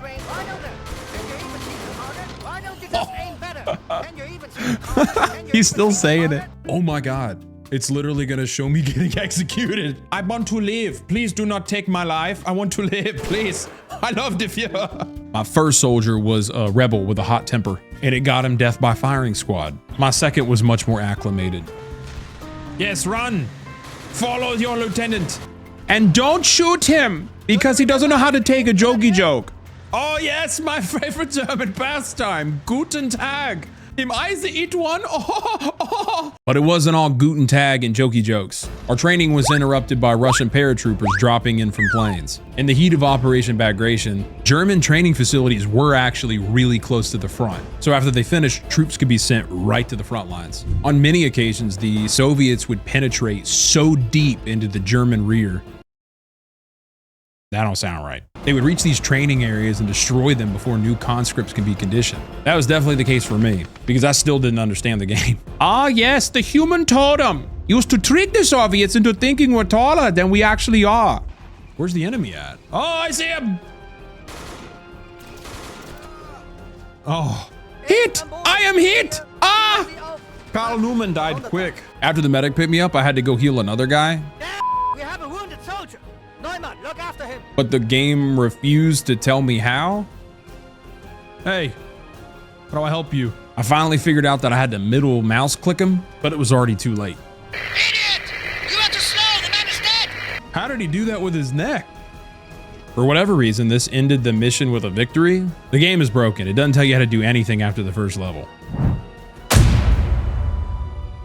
Operation Bagration wasn't just a retreat. It was Soviet revenge after the German invasion and all the losses at Stalingrad. Army Group Center, the strongest German forces on the Eastern Front, were completely annihilated, losing over 300,000 of the most experienced, well-trained units on the Eastern Front, allowing for a seriously massive uprising of the Polish resistance in Warsaw.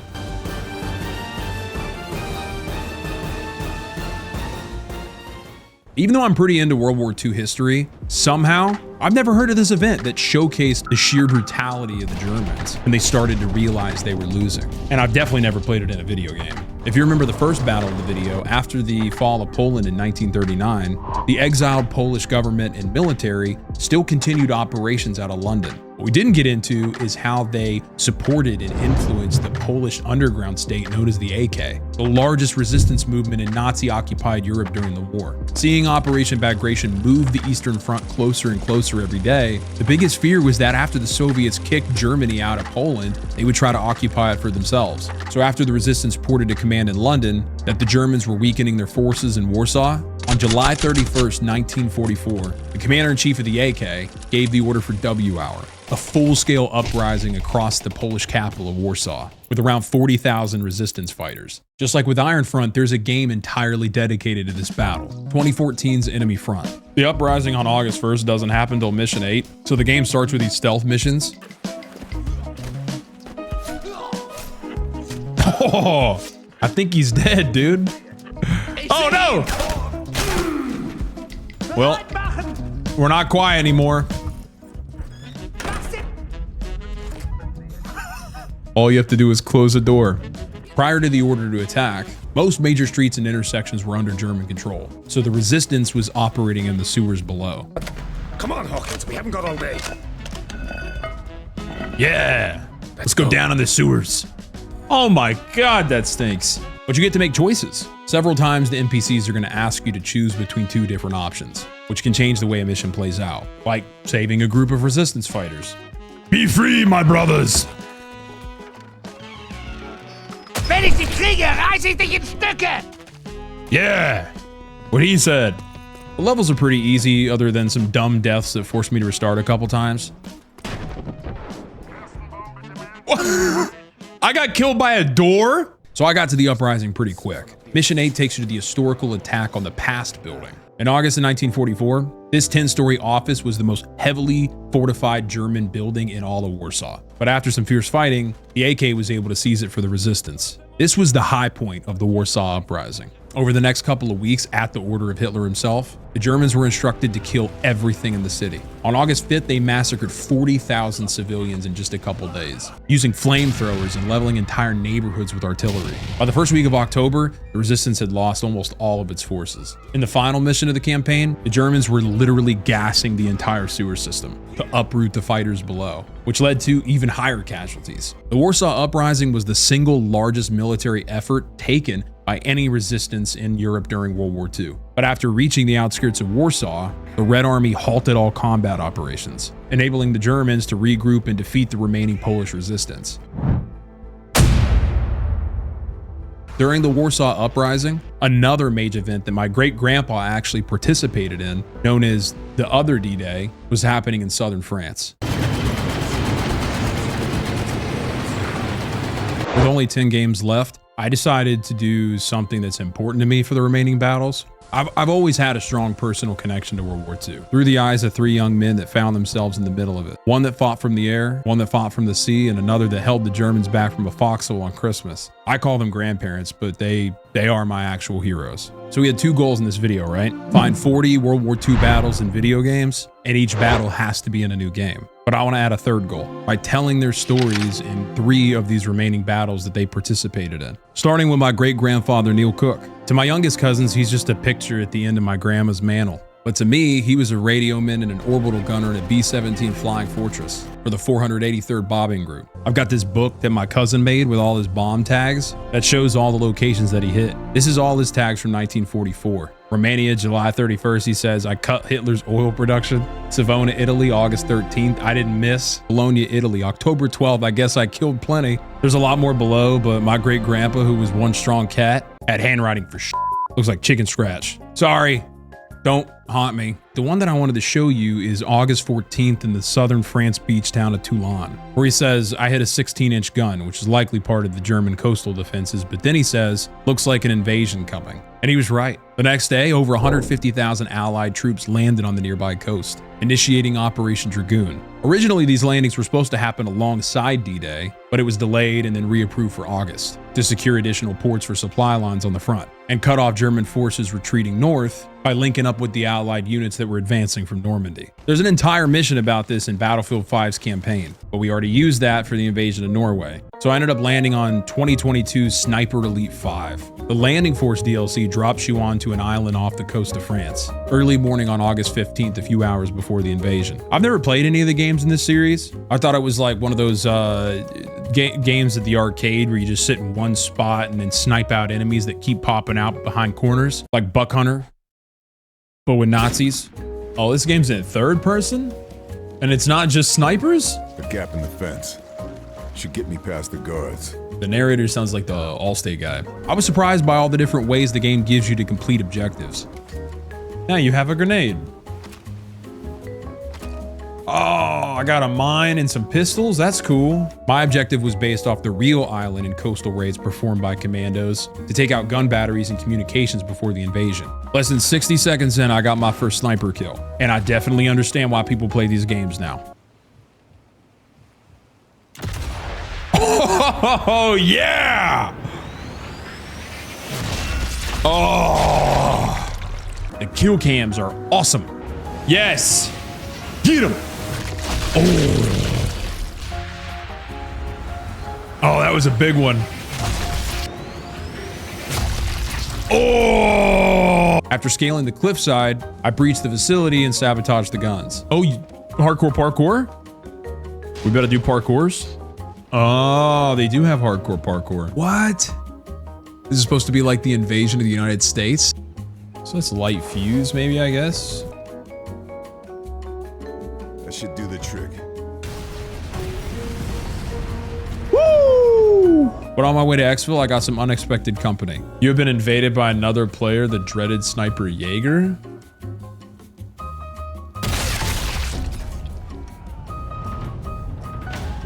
What? Killed by the Sniper Jaeger. I got killed by another player? What? I thought this was single player. Apparently, if you're connected to the internet, other players can hop in at any time as a German sniper and shoot you in the face. So that's fun. Overall, Operation Dragoon was a success. The Allies had breached southern France, putting even more pressure on Hitler. Late 1944 has always been overshadowed by the American battles on the Western Front, which we'll get to. But every time I would play one of those early Call of Duty campaigns, I'd always be wondering what was happening at this time on the other fronts. A few battles ago, the Allies broke through Anzio and Monte Cassino, resulting in the capture of Rome. Afterwards, Italy flipped sides and left the Axis, only leaving Japan and Germany. But because of egos and poor decision-making, thousands of German troops were able to escape to northern Italy and were ordered to create another fortified line that spanned across the Italian peninsula. This was known as the Gothic Line. 2002's Battlefield 1942 has a DLC called Road to Rome that has a Gothic Line map. This classic is abandonware now, so it was really hard to find, and I wasn't able to get any online matches running, so I had to play with bots again. Hey, can you pick me up? Hey, those trees look a little puby.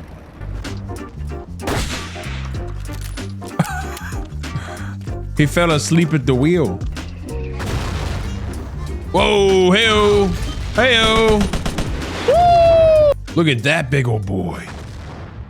Look at that gun. The German Sturm Tiger was actually a pretty devastating armored vehicle. Even though it looked like something from a Mario Party minigame, firing a 380mm rocket mortar, it was probably the most destructive single-shot weapon on an armored vehicle in the entire war. So I made it my main objective to take this thing out. Damn! I keep dying.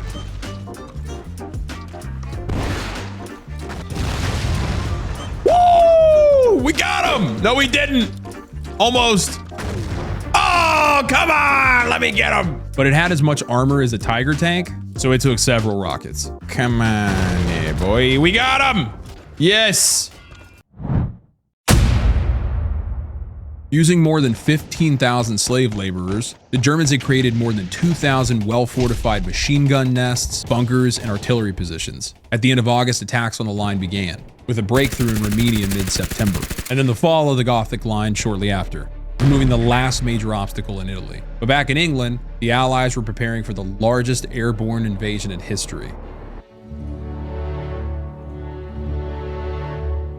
By September of 1944, Allied airborne forces had been successful in many operations, but on September 17th, Operation Market Garden would be the first time they were the main fighting force. It was the first and only time in history over 40,000 paratroopers were dropped 60 miles behind enemy lines. To understand how massive the scale of this operation was, the airborne assaults the night before D-Day dropped around 18,000 paratroopers into Normandy, less than half of Market Garden. Something of this size needed so many working parts to be successful. The objective was to end the war by Christmas, by securing towns and bridges along Highway 69. It was the main road that led through Holland down into the Ruhr, the industrial heartland of Germany. The road itself was extremely narrow and raised up, causing vehicle crashes and ambushes on the Allied troops that were taking cover in its ditches, leading to them nicknaming it Hell's Highway, and leaving me with only one game that I could play for this.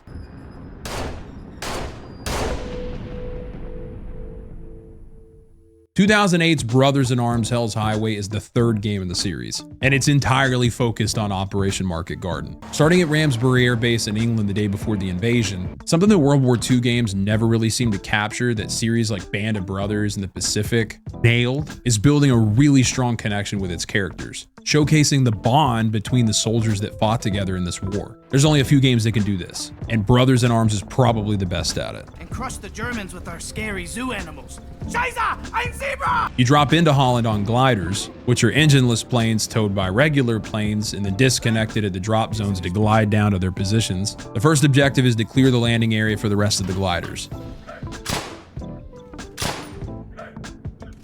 Very good. Now the landing area will be clear as sheep. Brothers in Arms has several features that make it unique, make it stand out. Destructible environments, the Gears of War cover system where you like stick to the wall. They also do that slow-mo kill cam that I loved from Sniper Elite.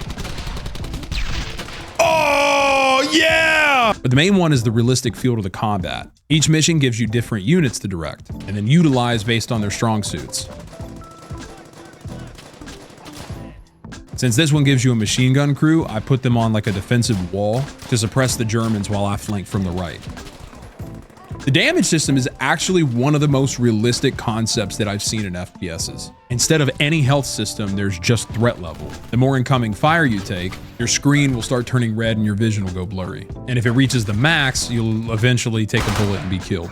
Oh! A small detail, but pretty cool one. German commander named Auckland. They've been firing at the woods to get us in the open. Hey, I know this guy. Colonel Sink was the real commanding officer of the 506th. If you've noticed, all the soldiers in this game have the Screaming Eagle patch, as they're all part of the 101st Airborne Division. But only the 506 wear this spade insignia on their helmet. Sink was well known for being a high-ranking officer that was always on the front line with his men. In Band of Brothers, he was played by Vietnam vet Captain Dale Dye.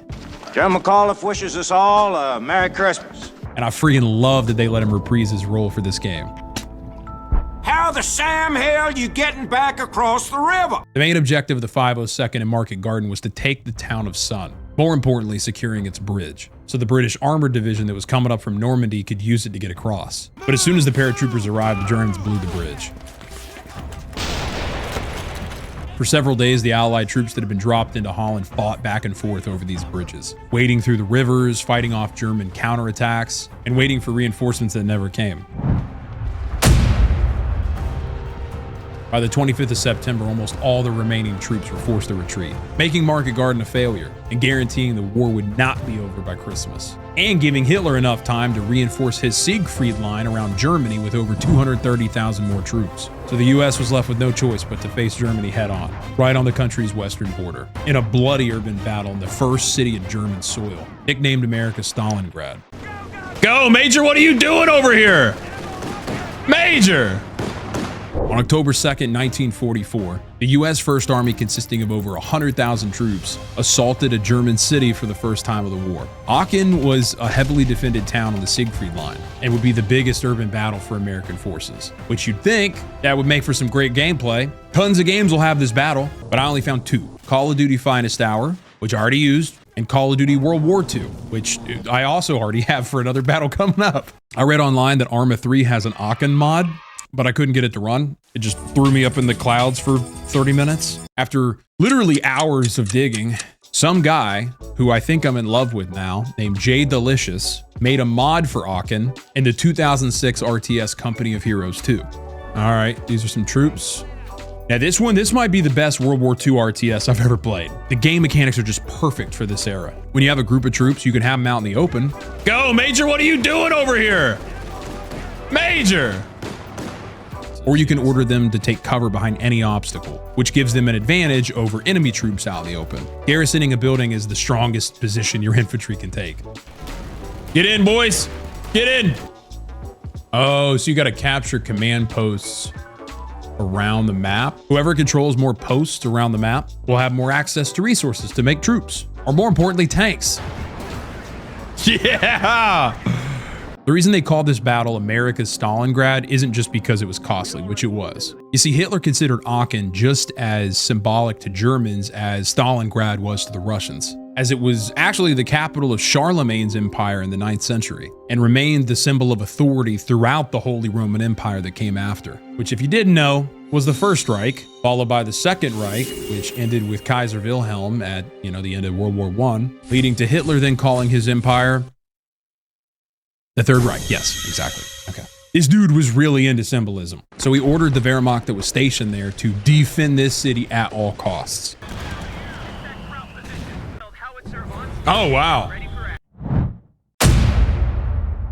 But the vastly outnumbered Germans were pushed out of the city before the end of October, officially making it the first city conquered in Germany on October 21st. Literally 2 days later, the US Navy engaged in the largest naval battle in the war, and for the first time got to see a tactic only ever carried out by Japanese pilots that underscored the desperation of Japan at this point.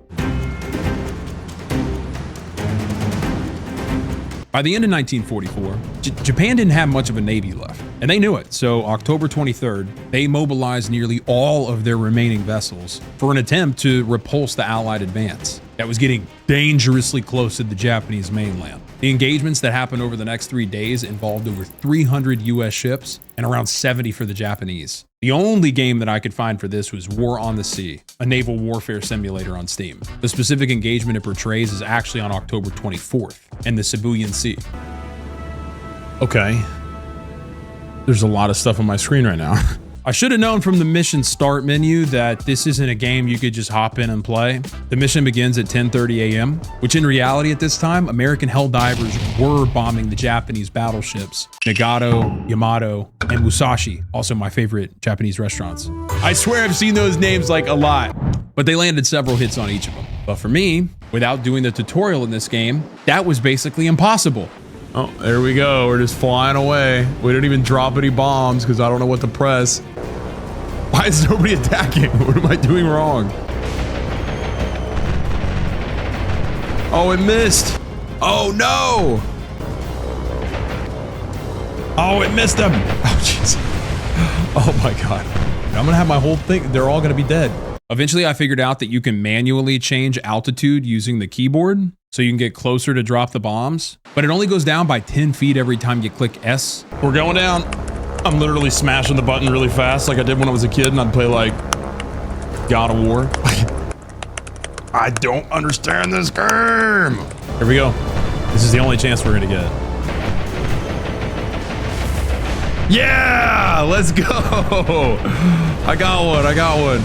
After scoring a hit on a Japanese battleship, I felt that I really had done pretty much everything that I could do with this game. Plus, the craziest part of the Battle of the Lake Gulf was the next day. On October 25th, when the Japanese gave the first orders to the Tokatai, or authorized suicide mission squadrons, to arm their planes with explosives and fly them into US Navy carriers. This became known as the kamikaze. One actually hit the USS St. Lo that day and made it the first ever ship sunk by a kamikaze. American sailors were shocked that anybody would willingly hop into a plane and then fly it into a ship with complete carelessness for their own life. By October 26, 12,000 Japanese had been killed. The Japanese Navy was never able to initiate another offensive for the remainder of the war. This is when the High Command in Tokyo resorted to their defense in depth plan, basically fortifying the islands they had left into veritable death traps with 11,000 yards of tunnels and interlocking bunkers, especially on two islands that would be the deadliest invasions for the US. But before that, Hitler had one infamous offensive left that almost none of his generals agreed with.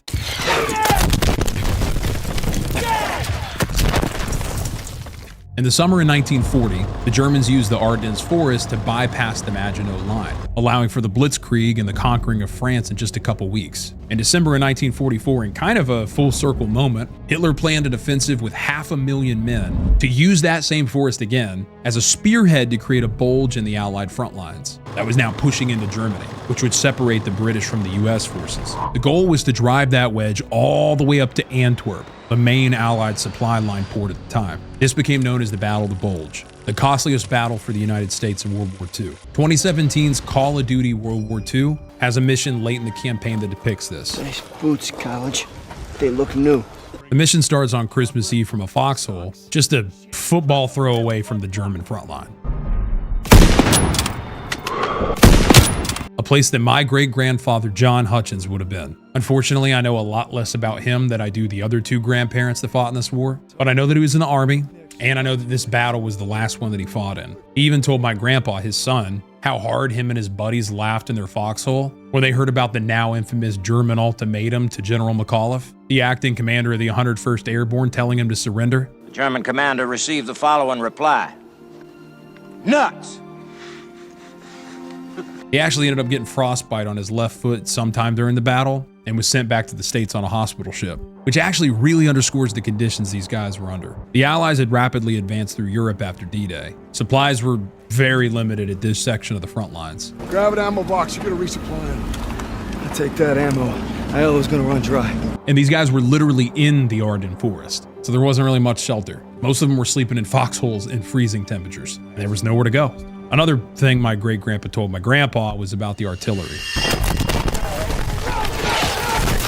Due to poor weather conditions, the Allied forces on the ground had basically no air support for the entire first week of the offensive. So the Germans freely shelled the American troops daily in some areas, exploding trees, forming deadly projectiles, and causing immense stress and exhaustion among the troops who they didn't know when the next one was going to be. One of my great-grandpa's guys couldn't take it, and he wouldn't stop screaming after one of the bombardments, so they had to beat him with their helmets till he stopped so he wouldn't give away their position. I can't imagine what that must have been like. On top of that, the artillery barrages were usually followed up by German ground attacks. But around Christmas, the Allies got a present. The weather started to clear up, allowing for air support. That changed the tide of the battle, destroying hundreds of tanks and artillery for the Germans, and ruining Hitler's plan, forcing Germany to be on an indefinite retreat for the remainder of the war. But this is far from the climax. Hitler and his dreams of a Third Reich were still alive and well, especially with the natural barrier of the Rhine River still protecting them. With only a few areas to cross, the bridges were heavily defended by the Wehrmacht. So on March 24th, 1945, the Allies dropped 16,000 paratroopers on the other side of the river, the most airborne ever dropped in a single day.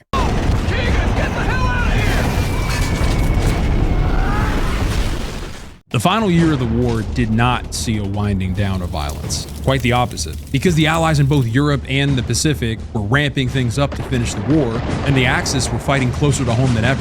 1945 was a year of brutal defense and lessons learned. After the failed airborne Operation Market Garden back in September, for Operation Varsity, the airborne were dropped in a relatively short distance off the banks of the Rhine. And more importantly, after the ground forces had already started advancing across the bridges the night before, to avoid paratroopers becoming trapped without reinforcements like in Holland. The final mission of 2007's Medal of Honor Vanguard for PS2 depicts the operation from the perspective of the 17th Airborne. Oh, wow. I can control. Oh, you can control the parachute in this? So it's like airborne. Oh,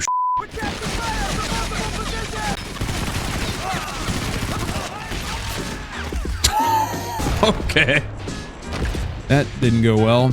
Although dropping onto the riverbank actually makes no sense. The 17th Airborne dropped not far from the river, but not like right on its bank. That would have put them right in the kill zone set up by the Germans. And that's exactly what happened to me. Let's try to land somewhere else. How far inland can we land? Yeah. Did I make it? No, I didn't. Pretty crazy landing. Let's see if we can get over here. Ah, I died to the tank. Oh my God, guys. Medal of Honor games were always the more difficult of like the AAA World War II genre. Not just because of the gameplay, but the damn checkpoints being so far apart. So every time you die, you go way back. He just said, let me go. What? It took me like 30 minutes just to get off the beach. This is awful. Okay, so that's, you just gotta bum rush them. That's how you do it. We're just gonna keep crawling, staying down. Oh, thank God, is that a checkpoint? But the main objective was the exact same as the real 17th Airborne. I had to take out defenses and different gun positions around the coast of the Rhine.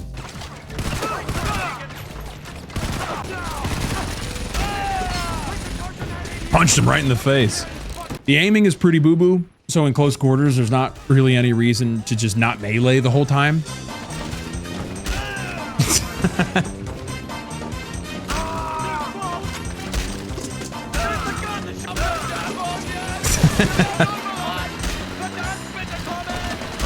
I just love punching Nazis in the face. Woo! Y'all can walk through walls?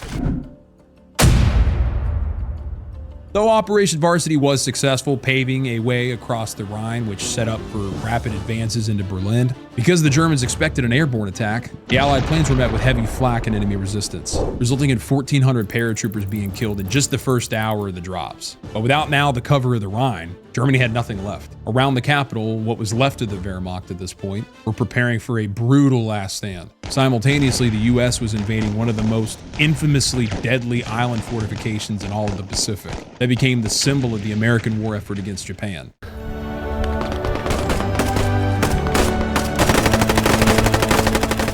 In February of 1945, 70,000 U.S. Pacific Marines were expecting a quick 5-day battle, but they ended up getting stuck till almost the end of March, which is crazy because it's a really small island, but you'll notice it has a volcano, a little over 500 feet tall at the back of the island. 21,000 Japanese soldiers were stationed there, well entrenched and concealed from naval bombardments, with vantage points all around the mountain where they could fight and defend to almost the last man. This unique island is Iwo Jima, the only invasion in the Pacific where the American casualties were greater than those of the Japanese. And with only a couple battles left, I was starting to run out of options. A buddy of mine told me about Squad 44, formerly Postscriptum. It just got a new update centered around Iwo Jima. What's the button for prone?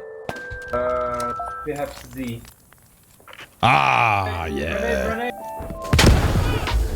Holy! When they launched the update, the match started with players on the Marine side spawning and landing on the beaches in Higgins boats. But while it's realistic, it was too advantageous, I guess, for the other team. So now you just spawn on an existing beachhead.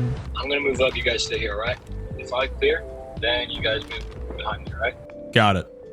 This is my first match. You're in charge. But besides that, the map is actually 1-for-1 scale of the real island, with the same geographical features, taking objective after objective from the black sand beaches all the way to the top of the 500-foot tall Mount Suribachi. And the new beachhead spawn actually kind of fits with reality. On February 19th, 1945, the invasion of Iwo Jima began. The Japanese had learned now from their prior mistakes and allowed a massive force of Marines to land unopposed, before then opening fire from hidden positions. I got thrown in as a squad lead in this game, and while it's not as like populated as Hell Let Loose, whew, people take it just as seriously. Go squad lead. Oh, this is my first time ever playing. Am I the leader? Can I not be the leader? Sometimes a little too seriously. Let me med you because you are then shot. Hold T and then go to the bottom option that looks like a Wi-Fi symbol. It says place regroup call. Got it. 10 minutes ago, I'd never played Squad 44. Now look at me. Now I was leading 5 Marines to the top of Mount Suribachi in probably the most immersive Iwo Jima experience in gaming.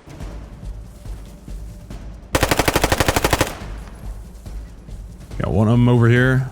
There's more though. There's some type of vehicle for sure. I hear tank tracks. Yep, tank coming up the road. If anybody can spawn in, I don't know what you spawn in with, but go get them. Okay, I'll try and kill him. Ace, you got a guy behind you? Coming up from your behind? That's where I like him.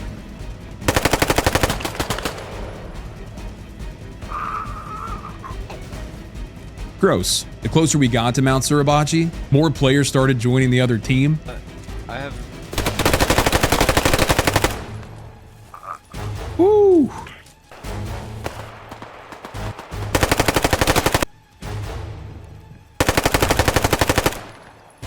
Yeah, they're firing at us from up high. I can support you guys because I'm the machine gunner. Try to do that. Everybody just push towards the mountain, I guess. Zigzags, boys, zigzags. So the intensity started to increase, which is what really happened at the actual battle. We're at the edge of the mountain. So I'm gonna wait for everybody else to get here to the edge. Did anybody see like a road? Like, is there like an access around this cliff that we're at right now? To our right over here. All right, let's get there first. Right where these smokes are, actually. All right, let's do it. Playing Skyrim from here on out. Just going back and forth, climb the mountain.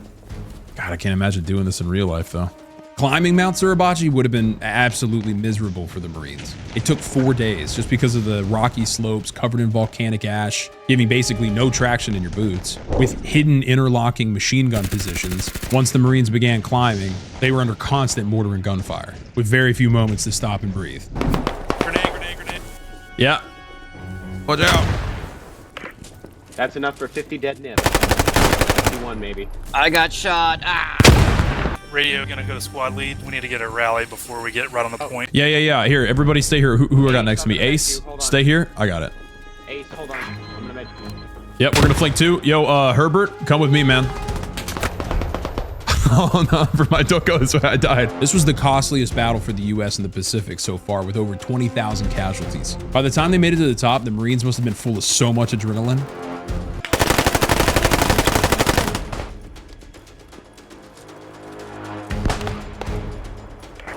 Got it. Nice. He turned around to come look at me. He heard me coming. I thought I was dead. I put a hole right through the back of his head, dude.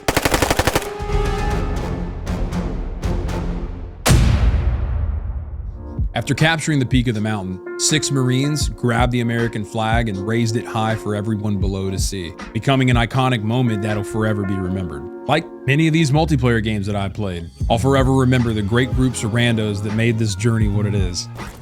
Hey, thanks for sticking with squad lead. I think you did a good job, man. Thanks. Put that flag up. Pleasure playing with you, boys. This is the best team I've ever had and the most fun.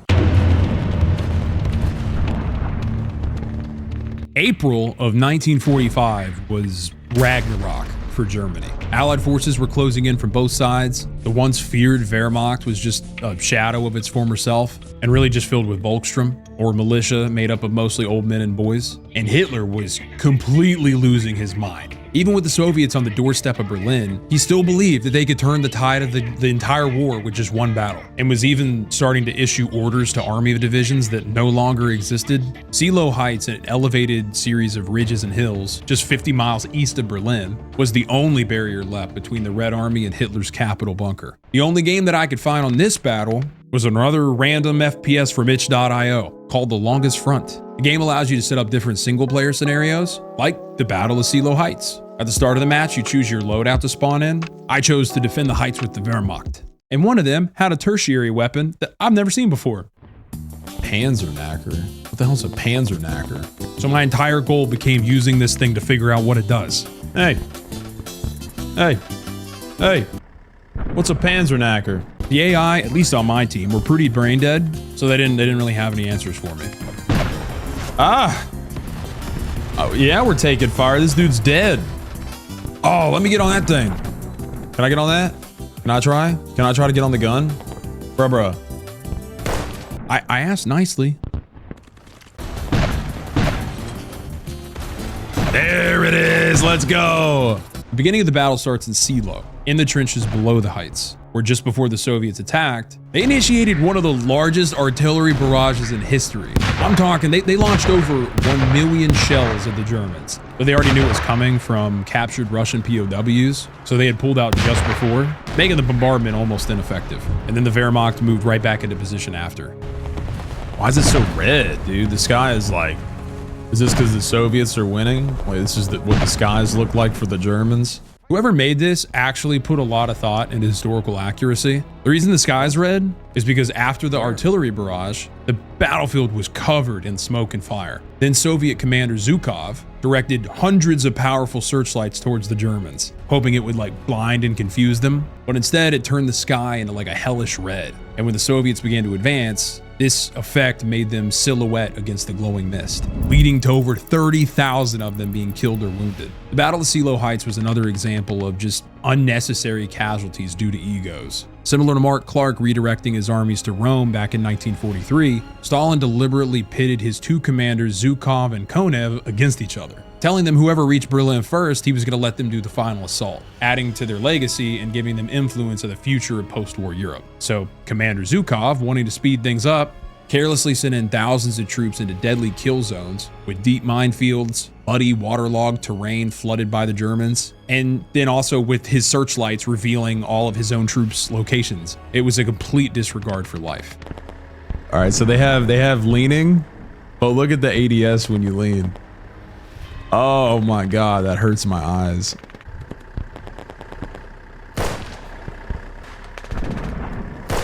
After killing the guys around the tank, I figured this was going to be my best opportunity to use the Panzernacke. Go, go, go, go! We have to use the Panzernacke! Use the Panzernacke! Oh! No! That was the closest I got during the entire match. So I looked it up. The Panzernacke is an anti-tank mine that's attached by 3 magnetic prongs at the end. It wasn't used near as much as the Panzerfaust launcher because, I mean, you literally had to be right next to the tank to use it. In less than 3 days, the Soviets advanced through a meat grinder into Seelow Heights, killing over 12,000 Germans and capturing tens of thousands more, opening the road to Berlin.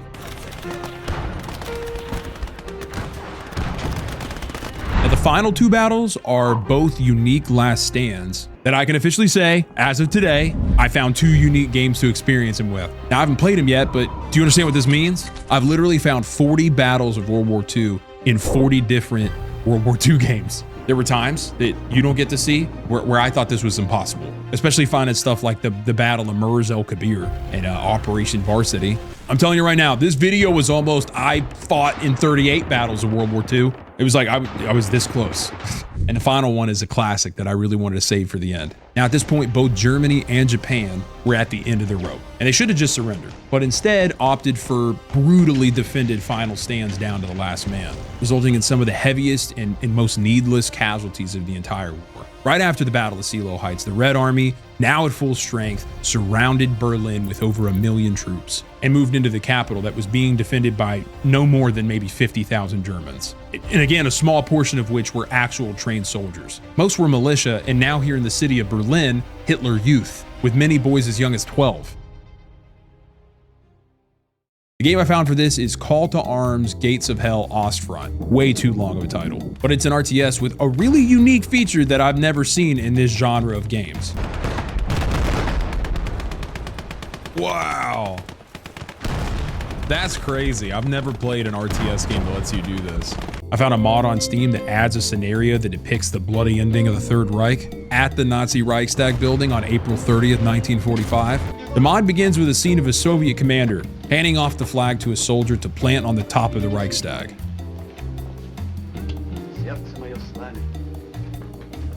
What? Since when do the Soviets make out with each other? I've never seen that. What happens if one of the soldiers goes half-mast? Death?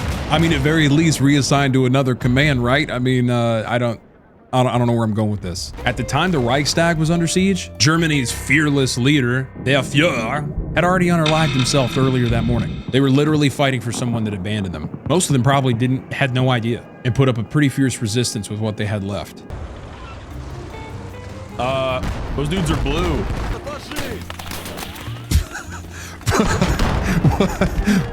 What is that? Nice, I got one. What's crazy about Gates of Hell is you can play through the match like a standard RTS with a bird's eye view, controlling groups of units at a time, or you can manually select a unit and be brought down to like a third-person perspective to control them at will. This makes the gameplay so dynamic, and it helps when your units aren't really clearing out an area on their own. When you're on the ground, all of your infantry will rally to your location and follow your orders. Move it up, boys, move it up. Look at him carrying his boy. Yes. Oh, they're all down. At the steps of the Reichstag, the Soviet army was pretty determined. Symbolically, this was seen as the heart of the Nazi Empire. And for the last 4 years, the Red Army had been fueled by revenge after Germany had turned on them in Operation Barbarossa. So Stalin personally demanded that once Russian troops capture the Reichstag, they raise the Soviet flag on its roof. We'll put the Soviet sickle and hammer at the top of the Reichstag. Yes.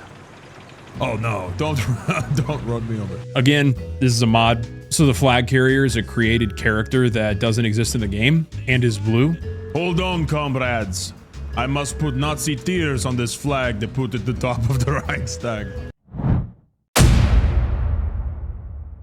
After raising the flag, Germany signed an unconditional surrender in early May, and then Russia began dividing Berlin and the rest of Germany into occupation zones. That would exist till 1989. The Third Reich was over, and it was time to start rebuilding Europe. But in the Pacific, the war was far from over. The United States was preparing for the invasion of mainland Japan, but they needed an island that was going to function as the Allied headquarters for the assault. An island that would have the bloodiest battle in the Pacific.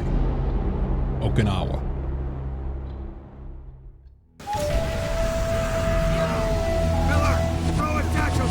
The final battle of World War II started in April, but lasted all the way until June of 1945. It had the highest death toll for any battle in the Pacific on both sides, with over 12,000 Americans killed and more than 100,000 Japanese. 1,400 kamikaze aircraft attacked and helped sink dozens of US Navy ships. And my grandpa was there. Not my great, this is my actual grandpa. The last of my 3 grandparents that fought in World War II. And the only one that I got to meet, Dave Johnson, a CB, or Naval Amphibious Construction Builder, whose objective was to rebuild airfields on Okinawa. That would be the key for the invasion of Japan. I actually worked with the CBs on several ops when I was stationed at Assault Craft Unit 1 in San Diego, where I operated both LCMs and LCUs, massive landing craft, much larger than the Higgins boats of World War II. But if I had been at the same command in 1945, I probably would have been right there with my grandpa at Okinawa. What's even crazier, he was only 16. His brothers and father all died, so his mom and his sisters faked his birth certificate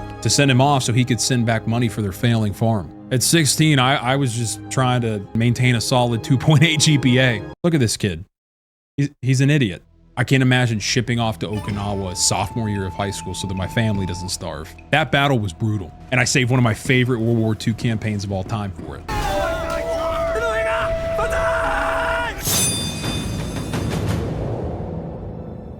Call of Duty World at War. This was the best Call of Duty World War II title. It was really the last time Call of Duty took itself seriously. From the second you boot up the game, it's unrecognizable from Call of Duty today. This menu is terrifying. And before every mission is real footage of like the horrors of war. Instead of just being goofy fun, World of War went out of its way to make sure that you know war isn't fun. It's terrifying, especially Okinawa. The mission Blowtorch and Corkscrew showcases the fanatical Japanese defense of the island. On May 14th, the Marines had advanced and climbed up Wana Ridge, a major part of the defensive network of underground bunkers and tunnels in Okinawa. Miller, burn the ground! The Japanese would create spider holes, hiding in thick grass to surprise US troops, especially for bonsai charges, which were ramped up for the Battle of Okinawa. To combat this, the Americans used flamethrowers.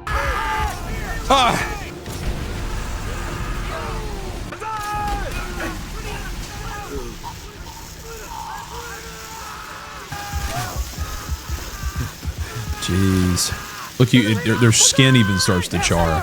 This is literally like the best tool for tunnel clearing. Very inhumane. That's why it's a war crime now, but very effective. But it doesn't seem to affect the Americans. They just kind of pat it off. This game really showed what weapons of war did to the human body, especially when it comes to heavy guns, like MGs and shotguns. They had so much power, they would literally rip limbs off. And World at War doesn't hold back. Look at that. Oh, see like a chunk of his brain come out. Everybody back up. All right, that's y'all's fault. I did tell you to back up. Oh, I don't want to be behind this tank. It's probably gonna explode. Oh my God. I swear I didn't remember that. After Wanna Ridge, the last major fortification separating the Marines from capturing Okinawa was Shuri Castle. Oh yeah, Shuri Castle. The multiplayer map for this was awesome. Ah! Oh! Up there, in the tree. Bring him down. By this point, Japanese bonsai charges, tree snipers, and heavy resistance down to the last man were the expectation. That's insane. But this was always one of my favorite COD missions for one thing. Oh my God, I totally forgot about this. This is one of the coolest parts of the campaign. One down. Get to the next one. He said, go back to Japan. I love throwing the mortars so much. Oh, gee. I keep forgetting I already primed it. At the final sequence of the level, you have to hold off waves of bonsai attacks in the courtyard of the castle. But I mean, even with their HQ taken by the Marines at the castle, the Japanese continued to fight all the way into June through the tunnels of the North Sector. These engagements were brutal. My grandpa used to say the password is swordfish. If you forget, then we die, which is kind of crazy to say to a kid. But it wasn't until researching for this video that I finally found out what he was talking about. In Okinawa and some of the other islands, many of the Japanese had learned a substantial amount of English and would hide in concealed areas near the front lines, performing indistinguishable Marine callouts or yelling, don't shoot in perfect English during a bonsai charge. So the Americans had to start using code words to differentiate. And with the heavy death toll on Okinawa, the United States feared that the invasion of mainland Japan was going to cost the lives of millions. This battle specifically was one of the main reasons that the decision was made to use the most controversial and devastating weapon to ever exist.